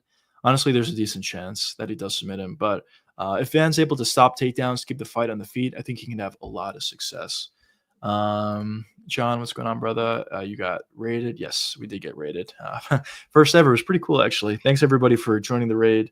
And by the way, thank you as well to JG2 for the raid. I really do appreciate it. Kind of just, relatively new to streaming. As I said, I've been streaming for about like 2 weeks at this point. We kind of just talk about different MMA topics, upcoming news, whatever, and whatever. So I appreciate everybody for joining, and I appreciate the raid as well, for sure. How many people joined? It was like 22 people, I believe, which is a record for me. So I really appreciate that. It was pretty cool. I believe it was around there, though. Who is the GOAT of MMA? I feel like I'm going to get some hate in chat about this, but in my opinion, at this point, I think John Jones is probably the GOAT of MMA. Obviously, people have different criteria or whatever. By the way, John's going to love that. Now we're having a GOAT debate. But I personally think I don't know. I personally think he's the GOAT just because of the longevity, the amount of wins, the type of guys he's able to beat. Obviously, a 2-division champion, dominating a lot of his fights. But of course, there's a lot of controversy that comes with John Jones, the PEDs, outside of the octagon issues. So obviously, everybody has different criteria on who their GOAT is. For me, at this point, I would probably say John Jones. But if Topuria is able to become a 3-division champ and beat Islam, specifically Islam, I think without a doubt he would be the GOAT at that point. But yeah, I don't know. Who do you guys think is the GOAT of MMA? Especially you, John. Who do you think is the GOAT of MMA? You think the UFC should force a champion to move up? I mean, Pantoja versus Merab is going to be a banger, but they're not. Yeah. I mean, listen, the UFC can't really force Pantoja to move up. I do agree with you that Pantoja versus Merab is like, that's the fight to make. Both of these guys are ridiculously dominant. Merab is dominating at 135. Pantoja is dominating at 125. A fight between these two are honestly, Pantoja and Merab are so dominant in their divisions that I think Merab is the toughest test or most likely guy to beat Pantoja, and Pantoja is the toughest test and the most likely guy to beat Merab. So I think that fight is just such an amazing fight to put together. I do agree with you, but it's pretty clear that I think Merab is kind of open to the fight, but Pantoja just doesn't want to move up. As I said before, for Pantoja, I think he kind of sees greatness as getting 10 or more title defenses. He wants to get as many title defenses as possible, and that's kind of why that's kind of how he sees That's kind of how he sees greatness. Obviously, everybody sees greatness differently. For Topuria, he wants to beat guys, be a 3 division champ, and do it in a short amount of time. But yeah, so I don't think that's going to happen. But I would love to see it, though. I would love to see it. That's kind of, I talked about it a lot, but that's kind of, Sean O'Malley fighting is kind of like the casuals, like most exciting fight. But for me, Merab versus Pantoja is like, that's like an absolute banger. Oh, that's good. Yeah, it was fun. It was fun. Topuria Goat, he definitely could get there. He definitely could get there. John and Skay, unfortunately, it seems like he is. But GSP or DJ, I don't count John because he's a cheater. That's fair. I mean, listen, everybody has different criteria, and he did cheat. The way I see it, though, personally, with John Jones and the PEDs and whatever, is it's fair. He obviously did cheat, and obviously it's not allowed. But in my opinion, obviously everybody's entitled to have their own opinion. But in my opinion, I think everybody's on the juice, honestly. I mean, listen, there's probably a couple guys who are not. Colby Covington strikes me as a guy who's not on the juice. But I think, Kamaru Usman, there's a good chance he's on the juice. He's never been caught or anything. But I think there's a good chance, as well as some other guys as well. So it is fair to say, John cheated. He can't be the GOAT. I do think that's a fair assessment. But at the same time, the reason why I personally say he's the GOAT is because I kind of feel like everybody's cheating and everybody's on the juice. So that's how I kind of see it. But for GSP, maybe GSP wasn't on juice, so maybe you have a point there. Or DJ, maybe he wasn't either. So maybe you have a point there. But yeah. PD argument doesn't make much sense to me. These are to say, take injuries, etc. Why would Johnson's be the only one on juice? I agree. I agree with this assessment. I kind of think that everybody is on the juice, unfortunately. I mean, fortunately or unfortunately, I mean, we're probably getting better fights because people are on the juice. I hate to single out Kamaru Usman or even Merab. Like, I wouldn't be surprised if Merab's on the juice. His cardio is like non-human. So I wouldn't be surprised if he was on the juice. I hate to call out guys specifically, but I kind of agree with your sentiment that, most of these guys are probably on the juice. But I don't have any proof for some of the guys. Some of the guys have never been caught. So I guess I don't know.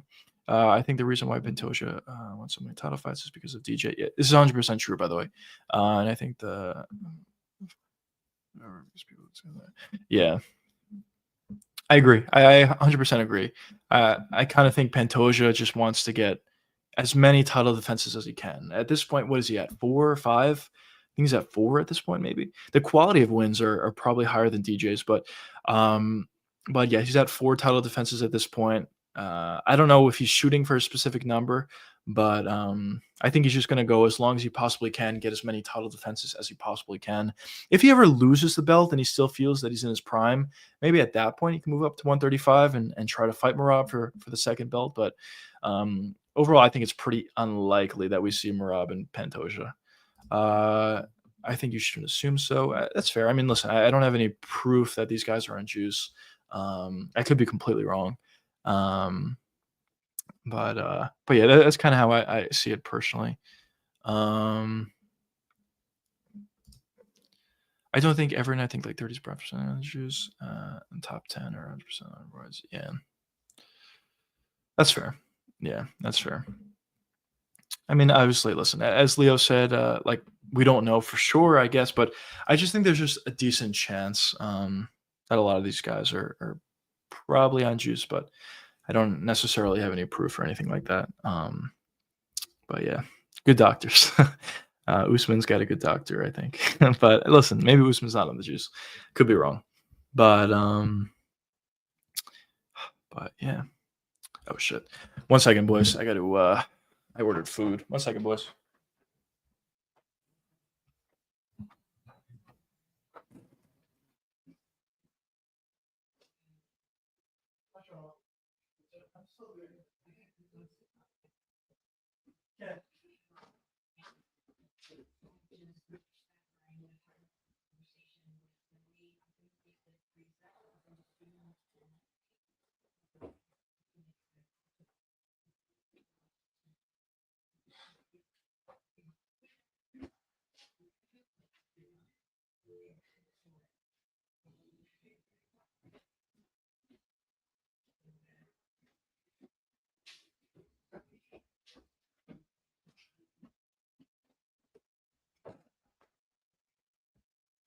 Boys, chat, what's going on? What's going on? I apologize. I apologize. Bilal on roids. Yeah, I think there's a decent chance he is. I do think there's a decent chance he is. There's a high chance, but I feel like sincerely, been caught, they should be treated and they are on juice. That's fair. That's fair. Yeah, I mean, listen, I guess if they haven't been caught, then that's probably a fair assessment, honestly. But yeah, I guess we'll see. I mean, yeah, honestly, that's pretty fair. I can't say anything about that. But yeah, we'll see. Guys really don't get caught with roids anymore, or not too often. So either they're like legitimately not on roids, or they just have great doctors. I guess we don't really know. I kind of think they just have great doctors, but I probably would agree with your assessment that if they haven't been caught, then maybe we shouldn't treat them like they were on the juice.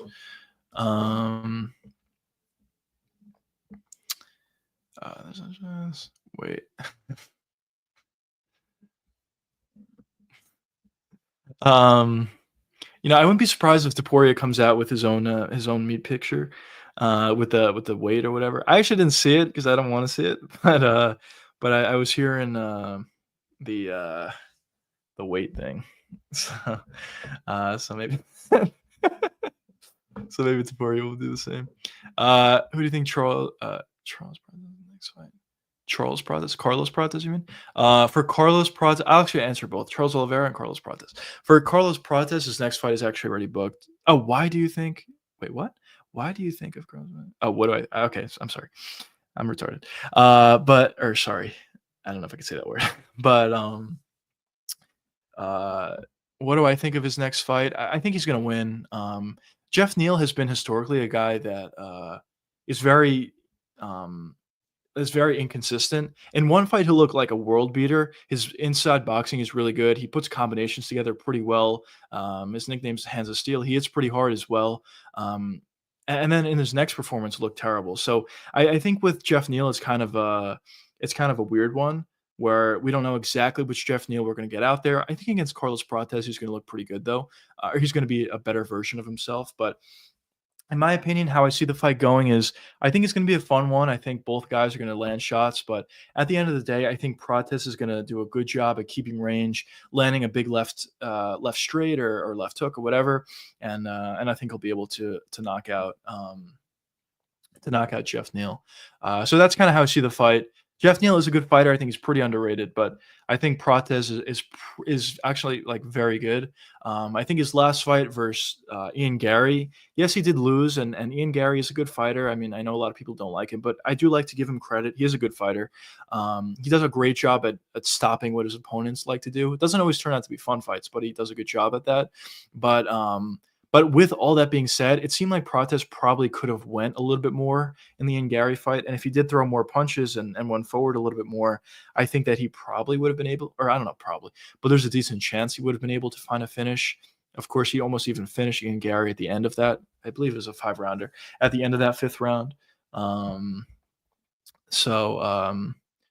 Yeah, I think what's his face? I think Prates is going to beat Jeff Neal, and he'll continue on his winning ways. He'll probably beat a lot of other guys, I think. Honestly, I mean, listen, Prates is pretty good. He's pretty technical, but a reason for why I think he's really good or going to be really good is he's super physical. I don't know if I was rated. I don't know if some of you guys watch my content or not, but something that I talk about a lot is physicality. I think physicality is super important. What I mean by that is your ability to take shots well and also hit hard. If you have that ability, you're kind of at an advantage over most other guys. Dricus du Plessis is a perfect example of this. In terms of his skill, he is skilled, obviously, but a reason why he's been able to be so successful is he's just ridiculously physical. And I think with Prates, he's not the same level of physicality as Dricus du Plessis, but he is very physical. So I think he's going to slowly make his way up throughout the rankings and get a bunch of finishes along the way. But yeah, JDM versus Ian Gary. That's fair. I could see that. Maybe you do. Well, obviously JDM's fighting Islam next. But if JDM wins, does Ian Gary get the next shot? Probably have to fight one more guy. there's so many moving parts. JDM versus Ian Gary's. I mean, it's probably a good fight. If you're asking my prediction in that fight, I think I'd lean with JDM. I think his footwork is good enough to get on the inside. What Ian does well is utilize footwork, utilize a jab, leg kicks, push kicks, or whatever. And it's kind of what he does effectively. But for JDM, I think he'll be able to get on the inside, force Ian into like that inside boxing, and he'll be able to land combos and potentially finish him. I think JDM would win that fight, but it's a good one. MVP versus Cannonier. I think Cannonier is going to win that fight. Kind of a weird fight, weird stylistic matchup, but I think on the feet, MVP has a chance to have a lot of success. He kind of gives trouble to everybody with that awkward style. He lunges in with those right hands, and I think he can do that to Cannonier and have success. But I think for Cannonier, probably what he's going to do is utilize a lot of leg kicks, pressure a lot, and get into that clinch. I'm sure Cannonier will be able to take down MVP, but I think in the clinch is really where he wants the fight to be. At that point, he can, start landing elbows up top. He can land a bunch of knees to the body and potentially even go for takedowns, try to tire out MVP as much as possible. And once we get to that second or third round, I think Cannonier is really going to start to pull ahead based on that. But if Cannonier looks to just, strike at range, he's probably not going to have a lot of success versus MVP. He is a weird style. What do you think about Calvin Kattar now?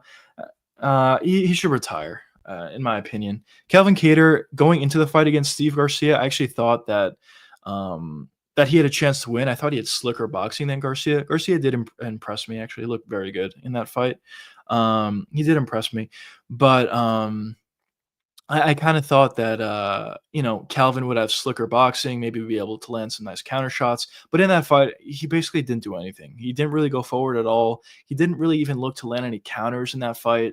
He kind of just seems like done to me. At this point, what is he on, a 4-fight losing streak, 5-fight losing streak, whatever it is? I kind of just think he's done. He probably should retire. That's how I see Calvin Kattar. Will he retire? We'll see, but I think he should. What do you think, Alex Perez? I thought it was a weird performance from Alex. He was backing up a lot, obviously, in that fight. Ankalaev was doing a good job at, pushing him back, of course. But I thought it was a weird fight. With a couple of adjustments, I think Pereira could have more success. Is he going to beat Ankalaev? I mean, at this point, I probably wouldn't favor him. But I think he could beat him. I just wouldn't favor him. But good things that, Pereira was able to do is he was able to stop all the takedowns.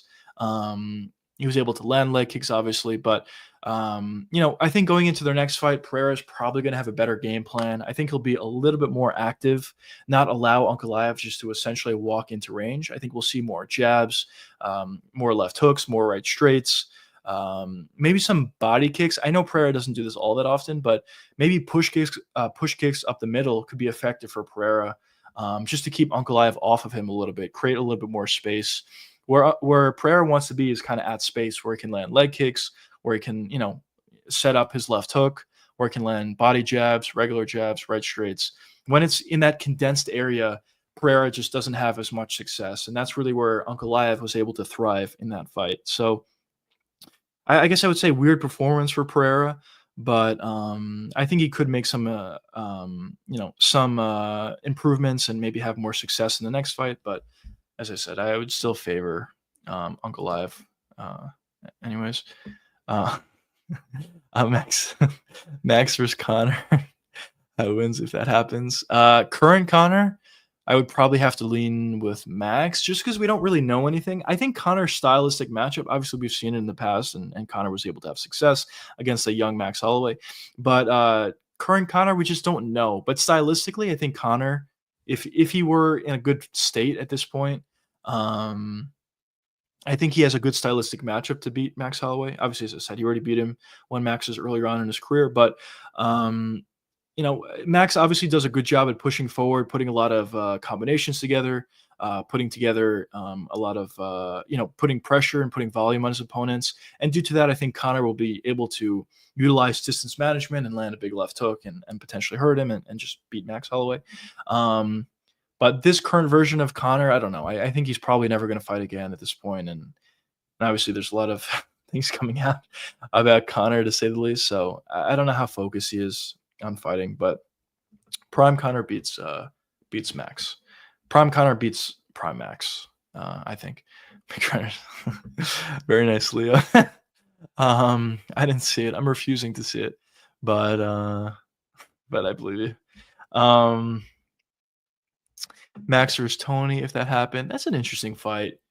That's actually a very interesting fight because obviously both guys, Tony in his prime. That's obviously obviously Max in his prime and Tony in his prime did a great job at pushing together, or not pushing, pushing forward and putting a lot of pressure on their opponents. And that's how they have success. So it would be really interesting to see who can back the other guy up. If I had to say, I think prime Tony would probably push back Max at times.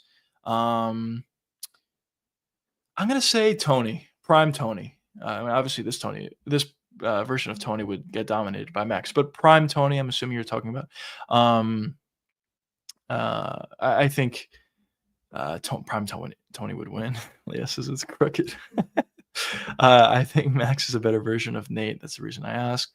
That's fair. Well, actually, 1,000,000%, he's better than Nate for sure. I don't think Nate's very good, honestly. I think a huge reason for why he beat Conor, obviously, was the cardio, but a huge reason for why he was able to have success is kind of the cardio. I never really thought he was all that good. He has some boxing, but doesn't really hit that hard, and is good. His jiu-jitsu is probably the best aspect of his game, but yes, Max is a better version of Nate, and it is possible he can, push a pace and tire out Conor, and obviously his chin is ridiculous. Maybe Conor wouldn't be able to finish him. So I'm assuming that's where you're coming from. Cardio and chin is kind of where you're coming from. So I guess I could see that.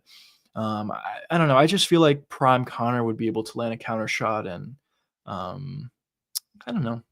I just feel like he'll be able to find a counter shot and maybe finish Max, but maybe not. Do you think Max versus Volk 2 was not the right decision? Max versus Volk 2, was that the one with the head kick? No, that was Max 1. With the head kick that he chopped Volk. Oh, I think it was. Let me double check that. Because I remember I think it was the first fight where Max landed a head kick on Volkanovski and dropped him, and a lot of people thought that what's his face, that Max Holloway should have won that fight. But the second fight, I don't remember. Let me see which fight that was. Unless that was the second fight. Let's see. Oh, I believe that was the second fight. Was that the head kick? Help me out, please. I believe it was the second one then. Let's see. I'm going to go off the assumption that it was. So I think it was right, though. Very, very close fight. I think it was right. Obviously, Volk Holloway 3 was not close. But I think it probably was. But it was very close. It was very, very close. But yeah, I mean, listen, obviously the scoring criteria is a little bit different in the UFC as compared to some other organizations. I believe in ONE FC, fights are scored as an entirety of a fight. So, for example, if you land a huge shot and you almost finish your opponent in the first round, and maybe your opponent wins, the next 2 rounds, you would still win the fight based on the big shot. But for the UFC, obviously, it's judged based on rounds, so it's a little bit different. So I think I do agree with the decision. Do you think Arman beat Charles? I did. Super close. Watching it live, I mean, I actually never watched it back since watching it live, but watching it live, I thought Charles won the fight. Obviously, he won round 1. Obviously, Arman won round 2. Those 2 rounds are pretty obvious. Round 3 is the swing round. I thought Charles had Arman in the most danger.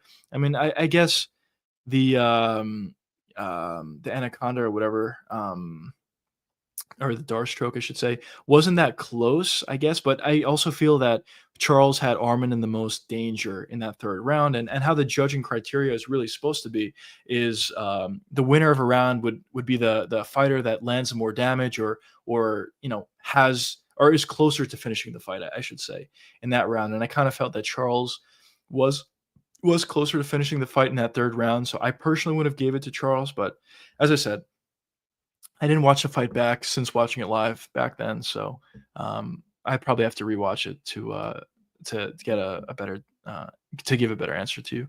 What about Armin versus Gamrot? I definitely thought Armin beat Gamrot. That was a very weird decision.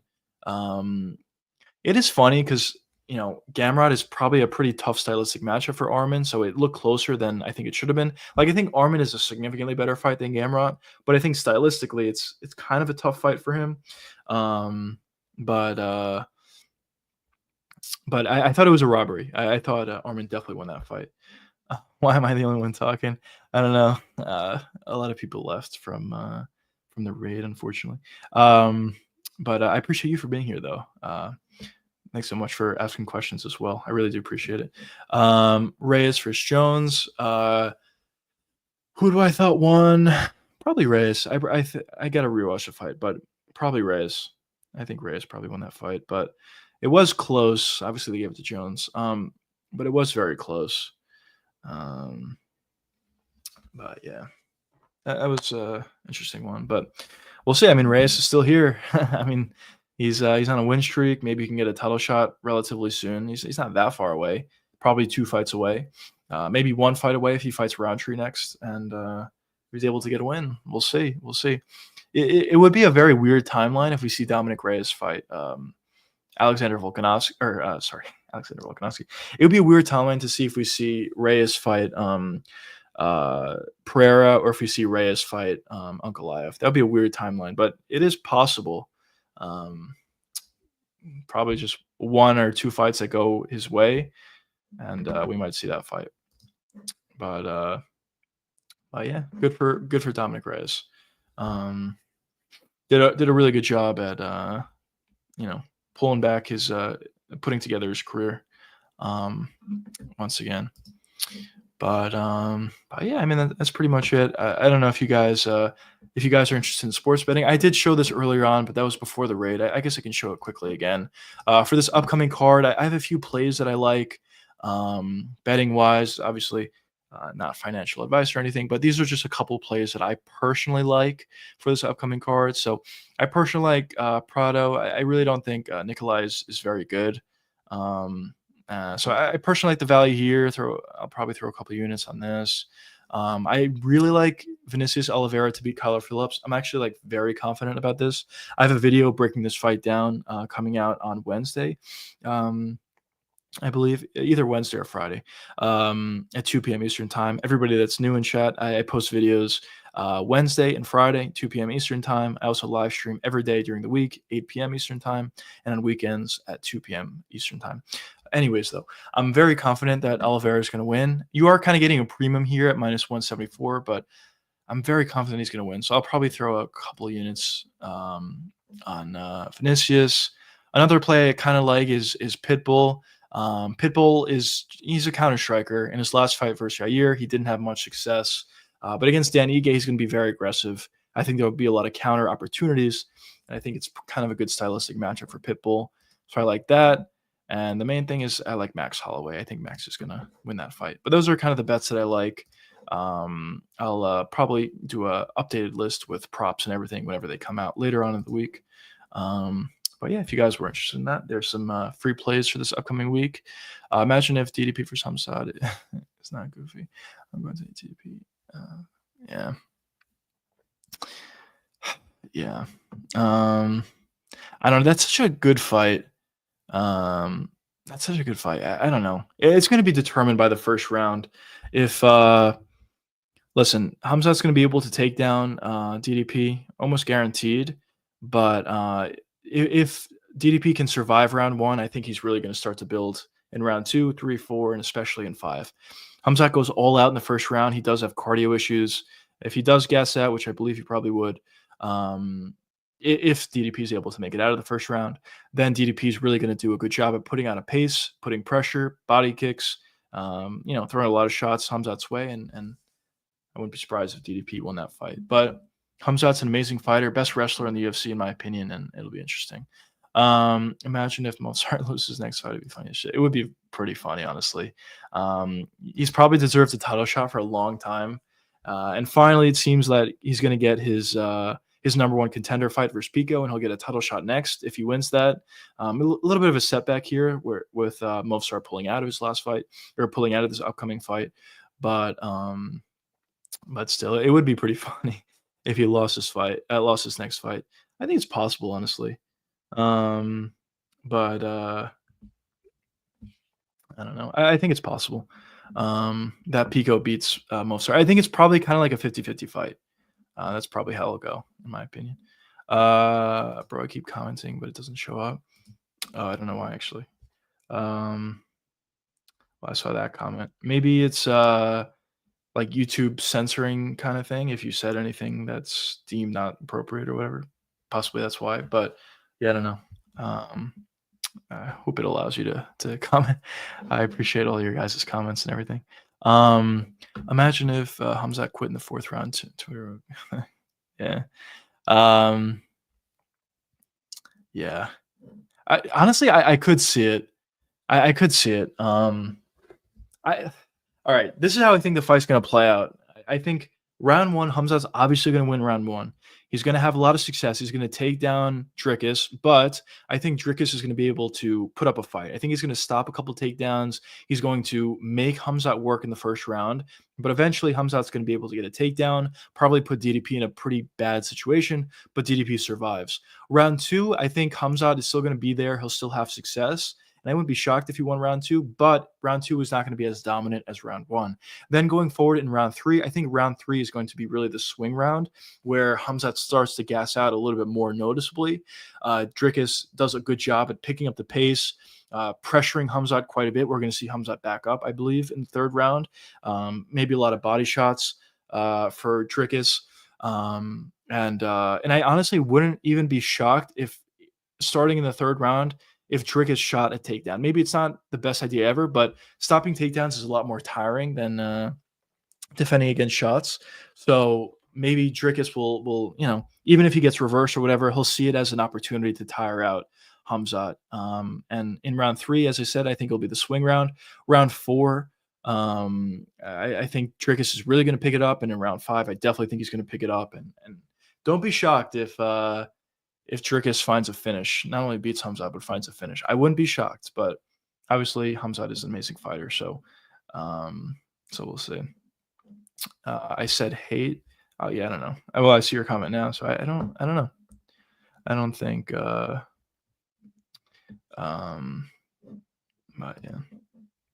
yeah. You think Gene Silva is going to become champion? Almost a guarantee. Almost a guarantee. Maybe I'm too confident in it, but almost a guarantee. I think Gene Silva is going to be a champion. He's just too physical. He can take a shot very well. He hits ridiculously hard. And on top of that, he's very, very skilled. His striking is honestly elite. His takedown defense appears to be pretty good. We haven't seen it tested like that much, but the limited times that we have seen it tested, it looks pretty good. Obviously, he can get back to his feet as well if he does get taken down. And it appears that his cardio is also pretty good as well. So I kind of think Gene Silva, I kind of have him in. Ilia Topuria is better than Gene Silva, but I kind of have Gene Silva in a similar caliber where I think he's inevitable. For Topuria, for a while at 145, I kind of thought he was inevitable, that he was just going to become the champion. He was going to beat Volkanovski. He was going to beat Max Holloway when that fight was announced, and he was able to do all those things. Also against Charles, he was a big favorite, so it's not saying much. But I also thought that he would knock out Charles. So I thought Topuria is kind of like inevitable in a lot of his matchups that he goes up against. For Gene Silva, I think the same. Obviously against Diego Lopez, I heavily favor Gene Silva in.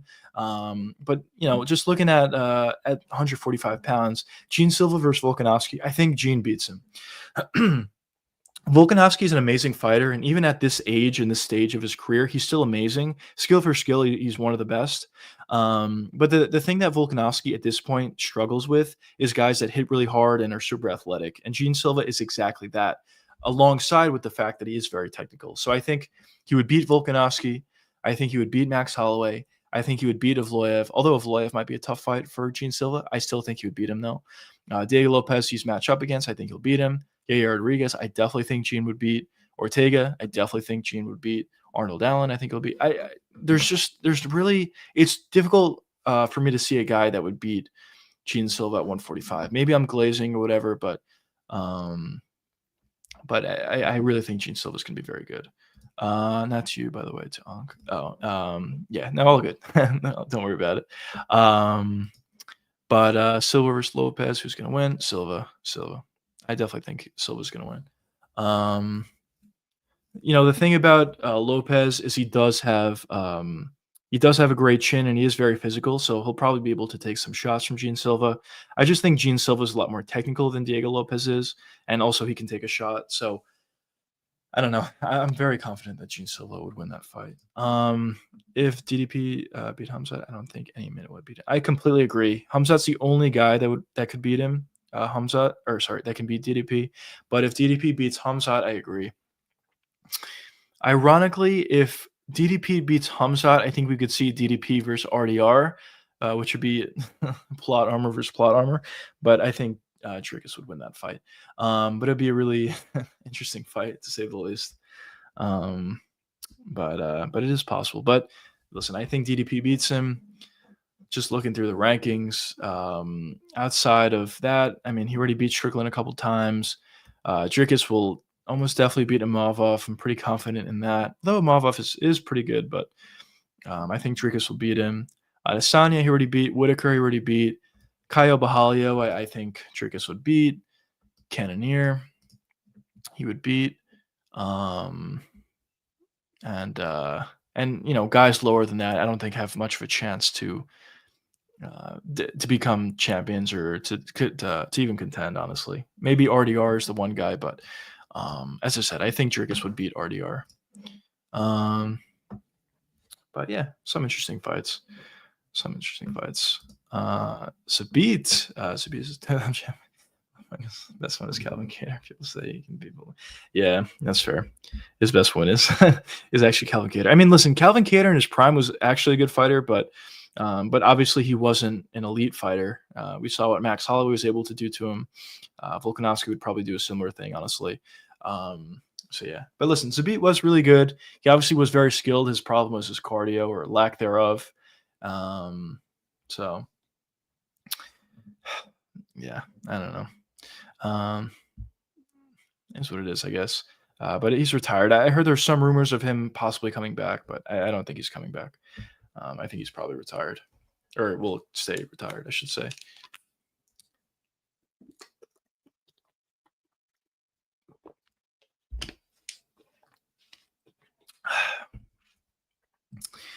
But I think Kamaru Usman is overrated. Maybe. Listen, I know what probably a lot of people would say about Kamaru Usman is he beat Colby Covington twice, he beat Jorge Masvidal, and those guys suck. But in my and also he beat Gilbert Burns. But in my opinion, I think some of his wins are actually pretty good. I think Colby Covington at this point, obviously he's washed and whatever, and people may say, oh, he's never that good or whatever. I think Prime Colby was actually a really good fighter. His cardio was really good. His wrestling was good. His striking was even pretty good. And whatever. But in terms of Jorge Masvidal, I also thought that was a pretty good win, especially the way that Usman was able to beat him the second time around. So I don't know. Is he overrated? I mean, it's possible, but I think some of his wins are actually a little bit better than people will give him credit for. And obviously, he had great wrestling. His striking was getting to a good point as well. Good jab, good right straight. But obviously, as fighters get better and as the new generation came on, there's another level to it. Ironically, Usman's not that far away from a title shot. If you do Usman versus Bilal next, which is possible, I mean, they have the beef, and also in terms of rankings, I think it makes sense. And if Usman beats Bilal, which I think he could, Usman would get the next title shot, which would be kind of crazy. But yeah, I don't know. What unranked fighter do you think is going to be ranked one day? It's a great question. I definitely, there's definitely a lot of guys that I think I just need to see a list. I haven't found out, like, where do I find this? Where do I find a list of like the best unranked fighters or something? I always look it up online. I can never find it. But it'd be like very useful. Because I just have to go based off memory who's not ranked or whatever. But let's think. Best unranked guy. Or an unranked fighter I think he's gonna be ranked. I don't know if this guy's ranked. Silva at 125. I don't think he is, but I think he'll be ranked. Andre Silva. No, what's his not Bruno Silva. What the hell is his name? He's fighting relatively soon. Let me find him. One second. Sorry, Andre Lima. Andre Lima, I think he's going to be ranked. I think Andre Lima is actually a really good fighter. His striking's really good. He has a kickboxing background. He hits pretty hard as well. The one question about Lima going into the UFC was his wrestling defense. But in a lot of his fights, we've seen him not only stop takedowns, but actually offensively wrestle. So I think Andre Lima is a guy to look forward to and a guy to look out for at the flyweight division. He's currently 11-0. He's fighting Felipe next. And listen, he's going to beat him almost definitely. So it'll be another win. I think after his next fight, which is coming up August 2nd, it's in the Apex, unfortunately. But after that fight, I believe he'll win, and I think he'll be ranked. There's probably some bigger names or some other guys that I can say. Loner Kavanaugh, actually, that's a guy that comes to mind. I think he's going to be ranked. Another guy is let's see, is this guy ranked? What's his face? Oh wait, whenever I stream, I always have go to a blank. Is Peyton Talbot ranked? If he's not, he's going to be ranked. I know he had that loss and he had a little bit of a setback, but I think Peyton Talbot's actually pretty good. His striking's good. He hits really hard. And he also showed a good ability to stop takedowns and even, grapple in his last fight after showing no ability to do so. Pretty crazy turnaround there. But yeah, those are some guys. Rufy, is Rufy ranked? Is he not? Or sorry, is he not ranked? Oh yeah, you're right. He's not ranked. Yeah, that's another name. I think that's almost a shoe-in. He'll be ranked one day, or probably pretty soon, honestly. Masvidal, such a journeyman, got lucky, got the title. Title shot, I'm assuming you're saying. But yeah, I mean, listen, he's a journeyman, but I don't know. I feel like he probably could have been better. I agree. I mean, he is probably a journeyman, but I feel like he could have been better. His striking was good. He had decent power. He actually had a really good ability to stop takedowns. Even against Usman, he was able to stop takedowns. I guess against Colby, he wasn't, but it was more so because he was so gassed. And I think Colby's wrestling style is a much tougher stylistic matchup for Masvidal than Usman was. But obviously, he got knocked out on the feet against Usman. So I don't know. Maybe he probably is a journeyman. You have a point. I think Usman gets cooked by JDM, Shavkat, Islam, Ian Gary, Sean Brady, and Bilal.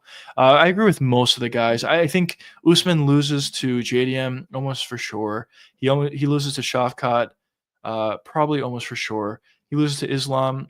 Very good chance he loses to Islam. He loses to Ian Gary, probably in a boring way. Probably Ian Gary will look to utilize leg kicks and range, jabs, right straights. And I just don't think that Usman will be able to get to him. So it'll probably be like a boring 3 or 5 round decision. But I agree, Ian Garrett probably would beat him. Sean Brady, I honestly think Usman could win. Sean Brady is great when he's on top, but his takedowns aren't amazing. Usman also has a great ability to stop takedowns. And if the fight is forced to be on the feet, I'm not too confident in Sean Brady's striking. Usman's striking didn't look good either in his last fight against Buckley, but Usman has shown, decent striking and he hits really hard. So I think he could honestly beat Sean Brady. And Sean Brady was TKO'd by Bilal Muhammad, which is saying something. So I think he could beat Sean Brady, and I also think he could beat Bilal. But for the other guys, I do agree. I think Usman would lose to those guys. Wonder Boy versus MVP should have happened. Yeah, I don't think it's going to happen just because obviously they're friends. But in terms of the fight itself, we see this a lot with guys that train together or friends or whatever. Usually the fights don't turn out to be that good. Just because they kind of know what their opponent's going to be doing in the fight, and there's not too many openings or whatever. And I think, especially when you're talking about 2 high-level strikers in Wonder Boy versus MVP, I don't think the fight would actually be that great. They even talked about it themselves, that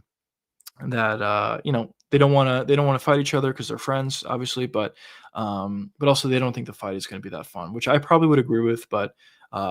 Assuming they weren't friends or assuming they weren't training partners, or if and they're not training partners, I guess, but they have trained together before.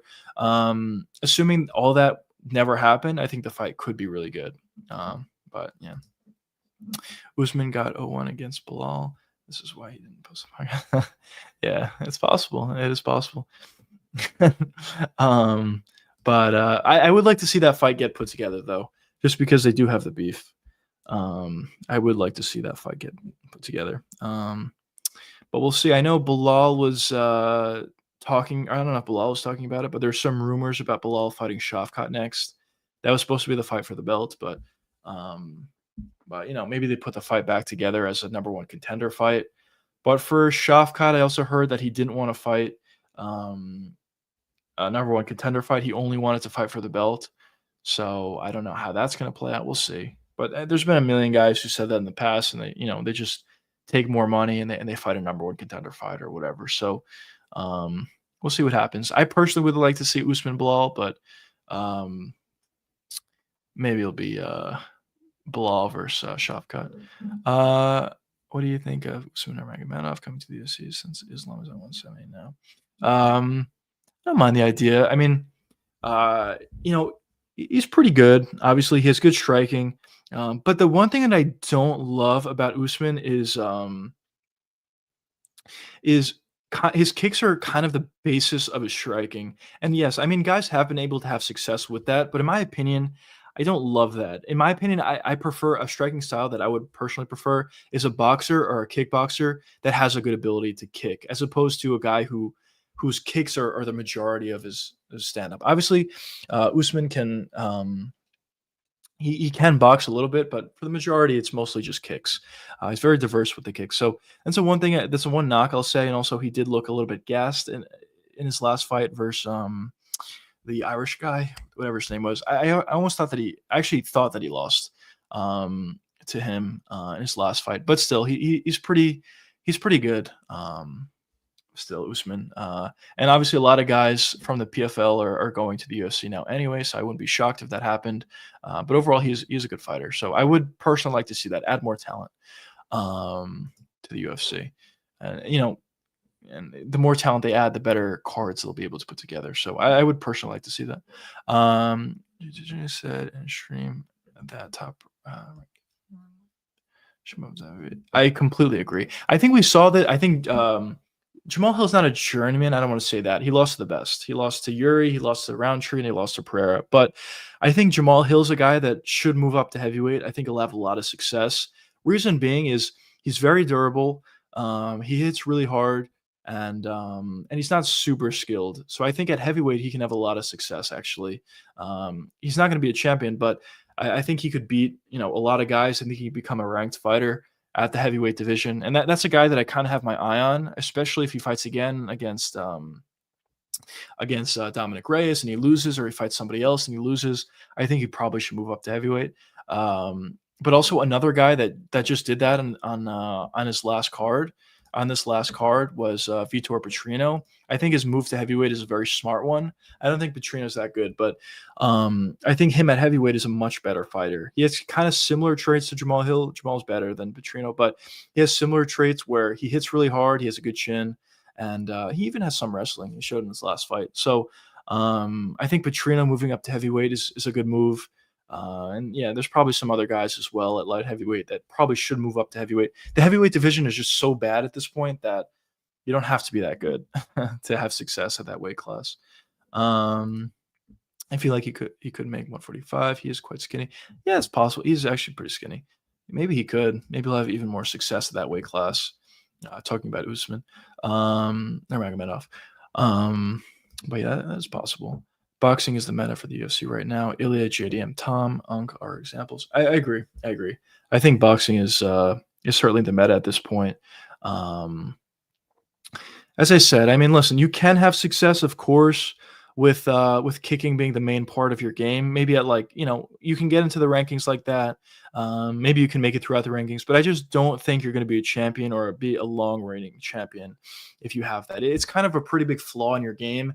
If the kicking is a basis of your striking, eventually you're going to go up against someone who has good boxing, has a good footwork, has a good ability to get inside the pocket, and then you're kind of in a terrible situation. Like imagine Usman Nurmagomedov versus versus Ilia Topuria. Topuria is eventually going to be able to get in the pocket, and at that point, he's going to knock out Nurmagomedov. So I just don't love kicking being the basis of your striking. How many title defenses do you think Tom will have? I kind of see Tom Aspinall in a similar situation to where I see Pantoja, where I don't think anybody's going to beat him. Well, actually, Pantoja, I think Joshua Van has a chance to beat him, but and also I think 125 is a really good division. There's a lot of really good fighters, so I guess that's not exactly apples to apples. But I guess what I'm trying to say is Pantoja has beaten so many guys at 125. I see Aspinall as kind of the same guy, or same kind of guy, where he's already beat a lot of guys at heavyweight.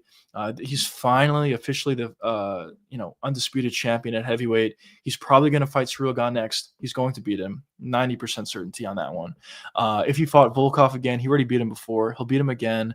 Sergey Pavlovich, kind of same thing. He beat him before. He'll beat him again. Curtis Blades, same thing. He beat him before. He'll beat him again. Jonathan Almeida, I think he would beat. Waldo Cortez Acosta, if he somehow gets a title shot, the state of the heavyweight division is ridiculous. But I think Tom would beat that guy for sure. Tybura, Spivak, he'll beat everybody. He'll beat everybody in the rankings. I don't really think anybody is going to give him much of a chance. Or I don't think, most of those guys would give him that tough of a fight, to be honest. Obviously, it is heavyweight, and somebody can land a huge shot and knock out Tom Aspinall. But outside of a bonk from Derek Lewis, if he's someone got a title shot, or somebody else that hits pretty hard, I think Tom Aspinall is going to be a long reigning champion. And I wouldn't be surprised if he got 4 or 5 title defenses. Eventually, there's going to be someone who comes along that's on the skill level of Tom Aspinall. I think, also Tom will get older at that point, more wear on his tires or whatever, and someone will beat him eventually. But at this point, I don't see anybody in the rankings that could legitimately beat him. So if I had to guess, I'll say like 5 or 6 title defenses, which is like a ridiculous amount, especially for heavyweight. I could be completely wrong, but that's kind of how I see it. I don't think Usman becoming a champ. I don't think.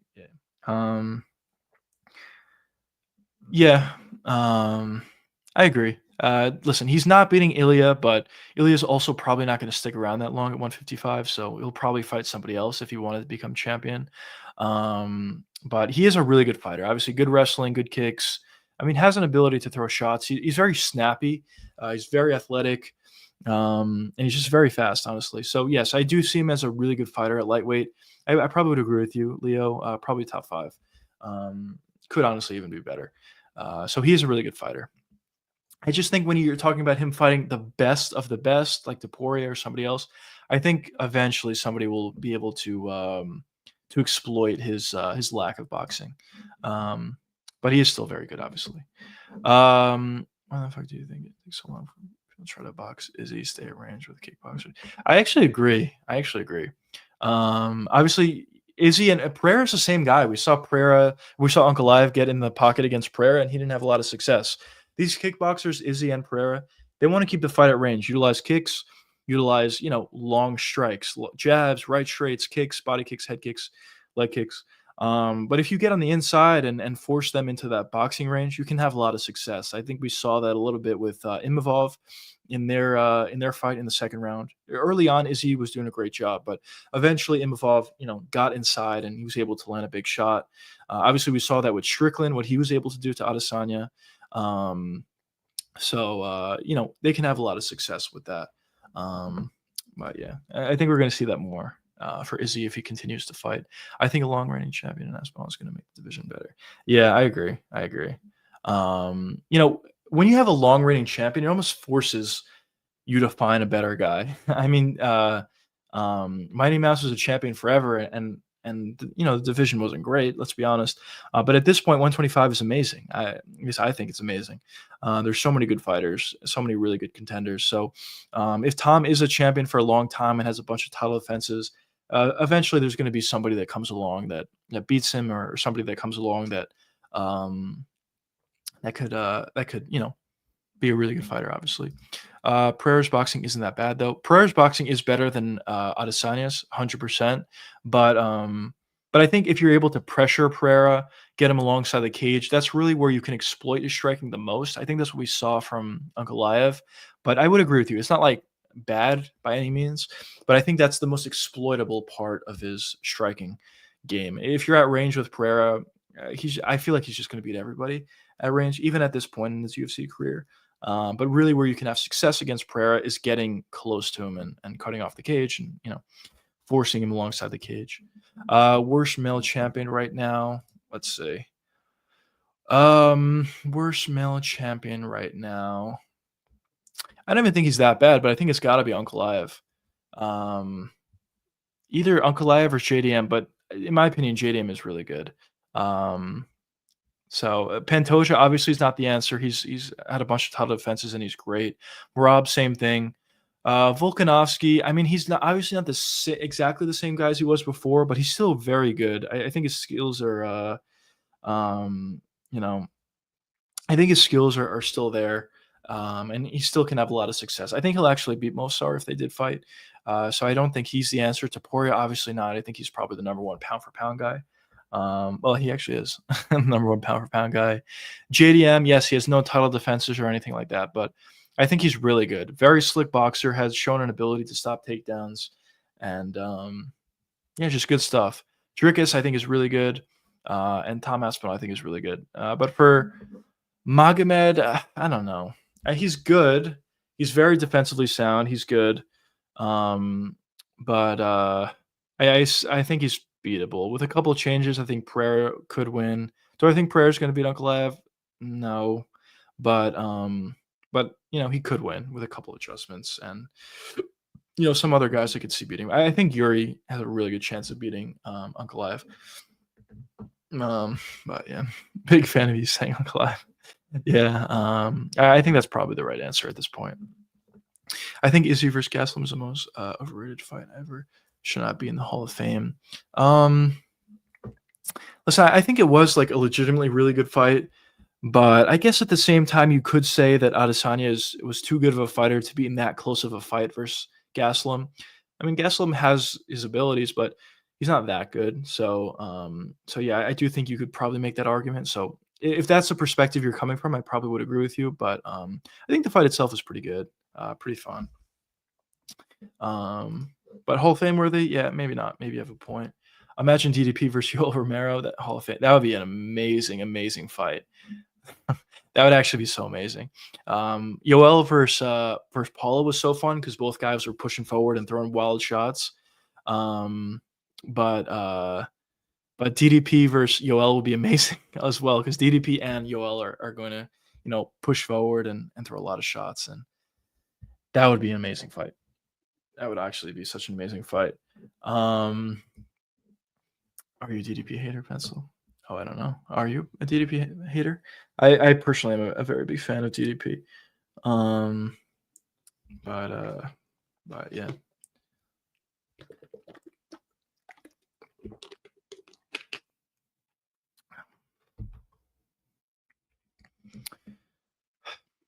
No, I love him. Too fun. Me too. He's just too fun. When DDP was making his come up, I actually didn't think he was going to be that good, but he just kept winning. At this point, I completely think this guy is great. He's super physical, and yes, he has a weird style of striking, whatever, but it's very effective. His jiu-jitsu is really underrated, actually. He's very good. He has great submissions and a great jiu-jitsu practitioner. I'm definitely a pretty big fan of Dricus du Plessis. I gotta make more Dricus videos. I made a Dricus video, it did very well, but I haven't made one since. Kind of because the video I made was about Dricus and Hamzat, but yeah, I don't know. Dricus he's just fun. He's really good. But yeah, very fun stuff.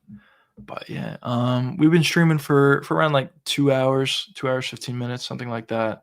If you guys have any last second questions, be sure to let me know. But I think I might cut off the live stream just because I ordered food a while ago and it's just been sitting. I don't want it to get cold. I think Islam is so overrated. People are saying Khabib is worse. Makes no sense. Not by resume, but by fight ability. Yeah, that's fair. That's fair. Listen, I think Ilya can beat Islam, and I think Islam has shown the ability to be beatable when he fought Volkanovski the first time. So we'll see how his career pans out. I mean, if he, Honestly, I honestly think JDM is going to beat Islam. If I had to say, I honestly think he will. But it's a close fight. It's a tough fight. We'll see what happens. But we'll see how his career pans out. What do you favorite heavyweight? Fight mine. Let's see if it was Stipe or Big Fish. What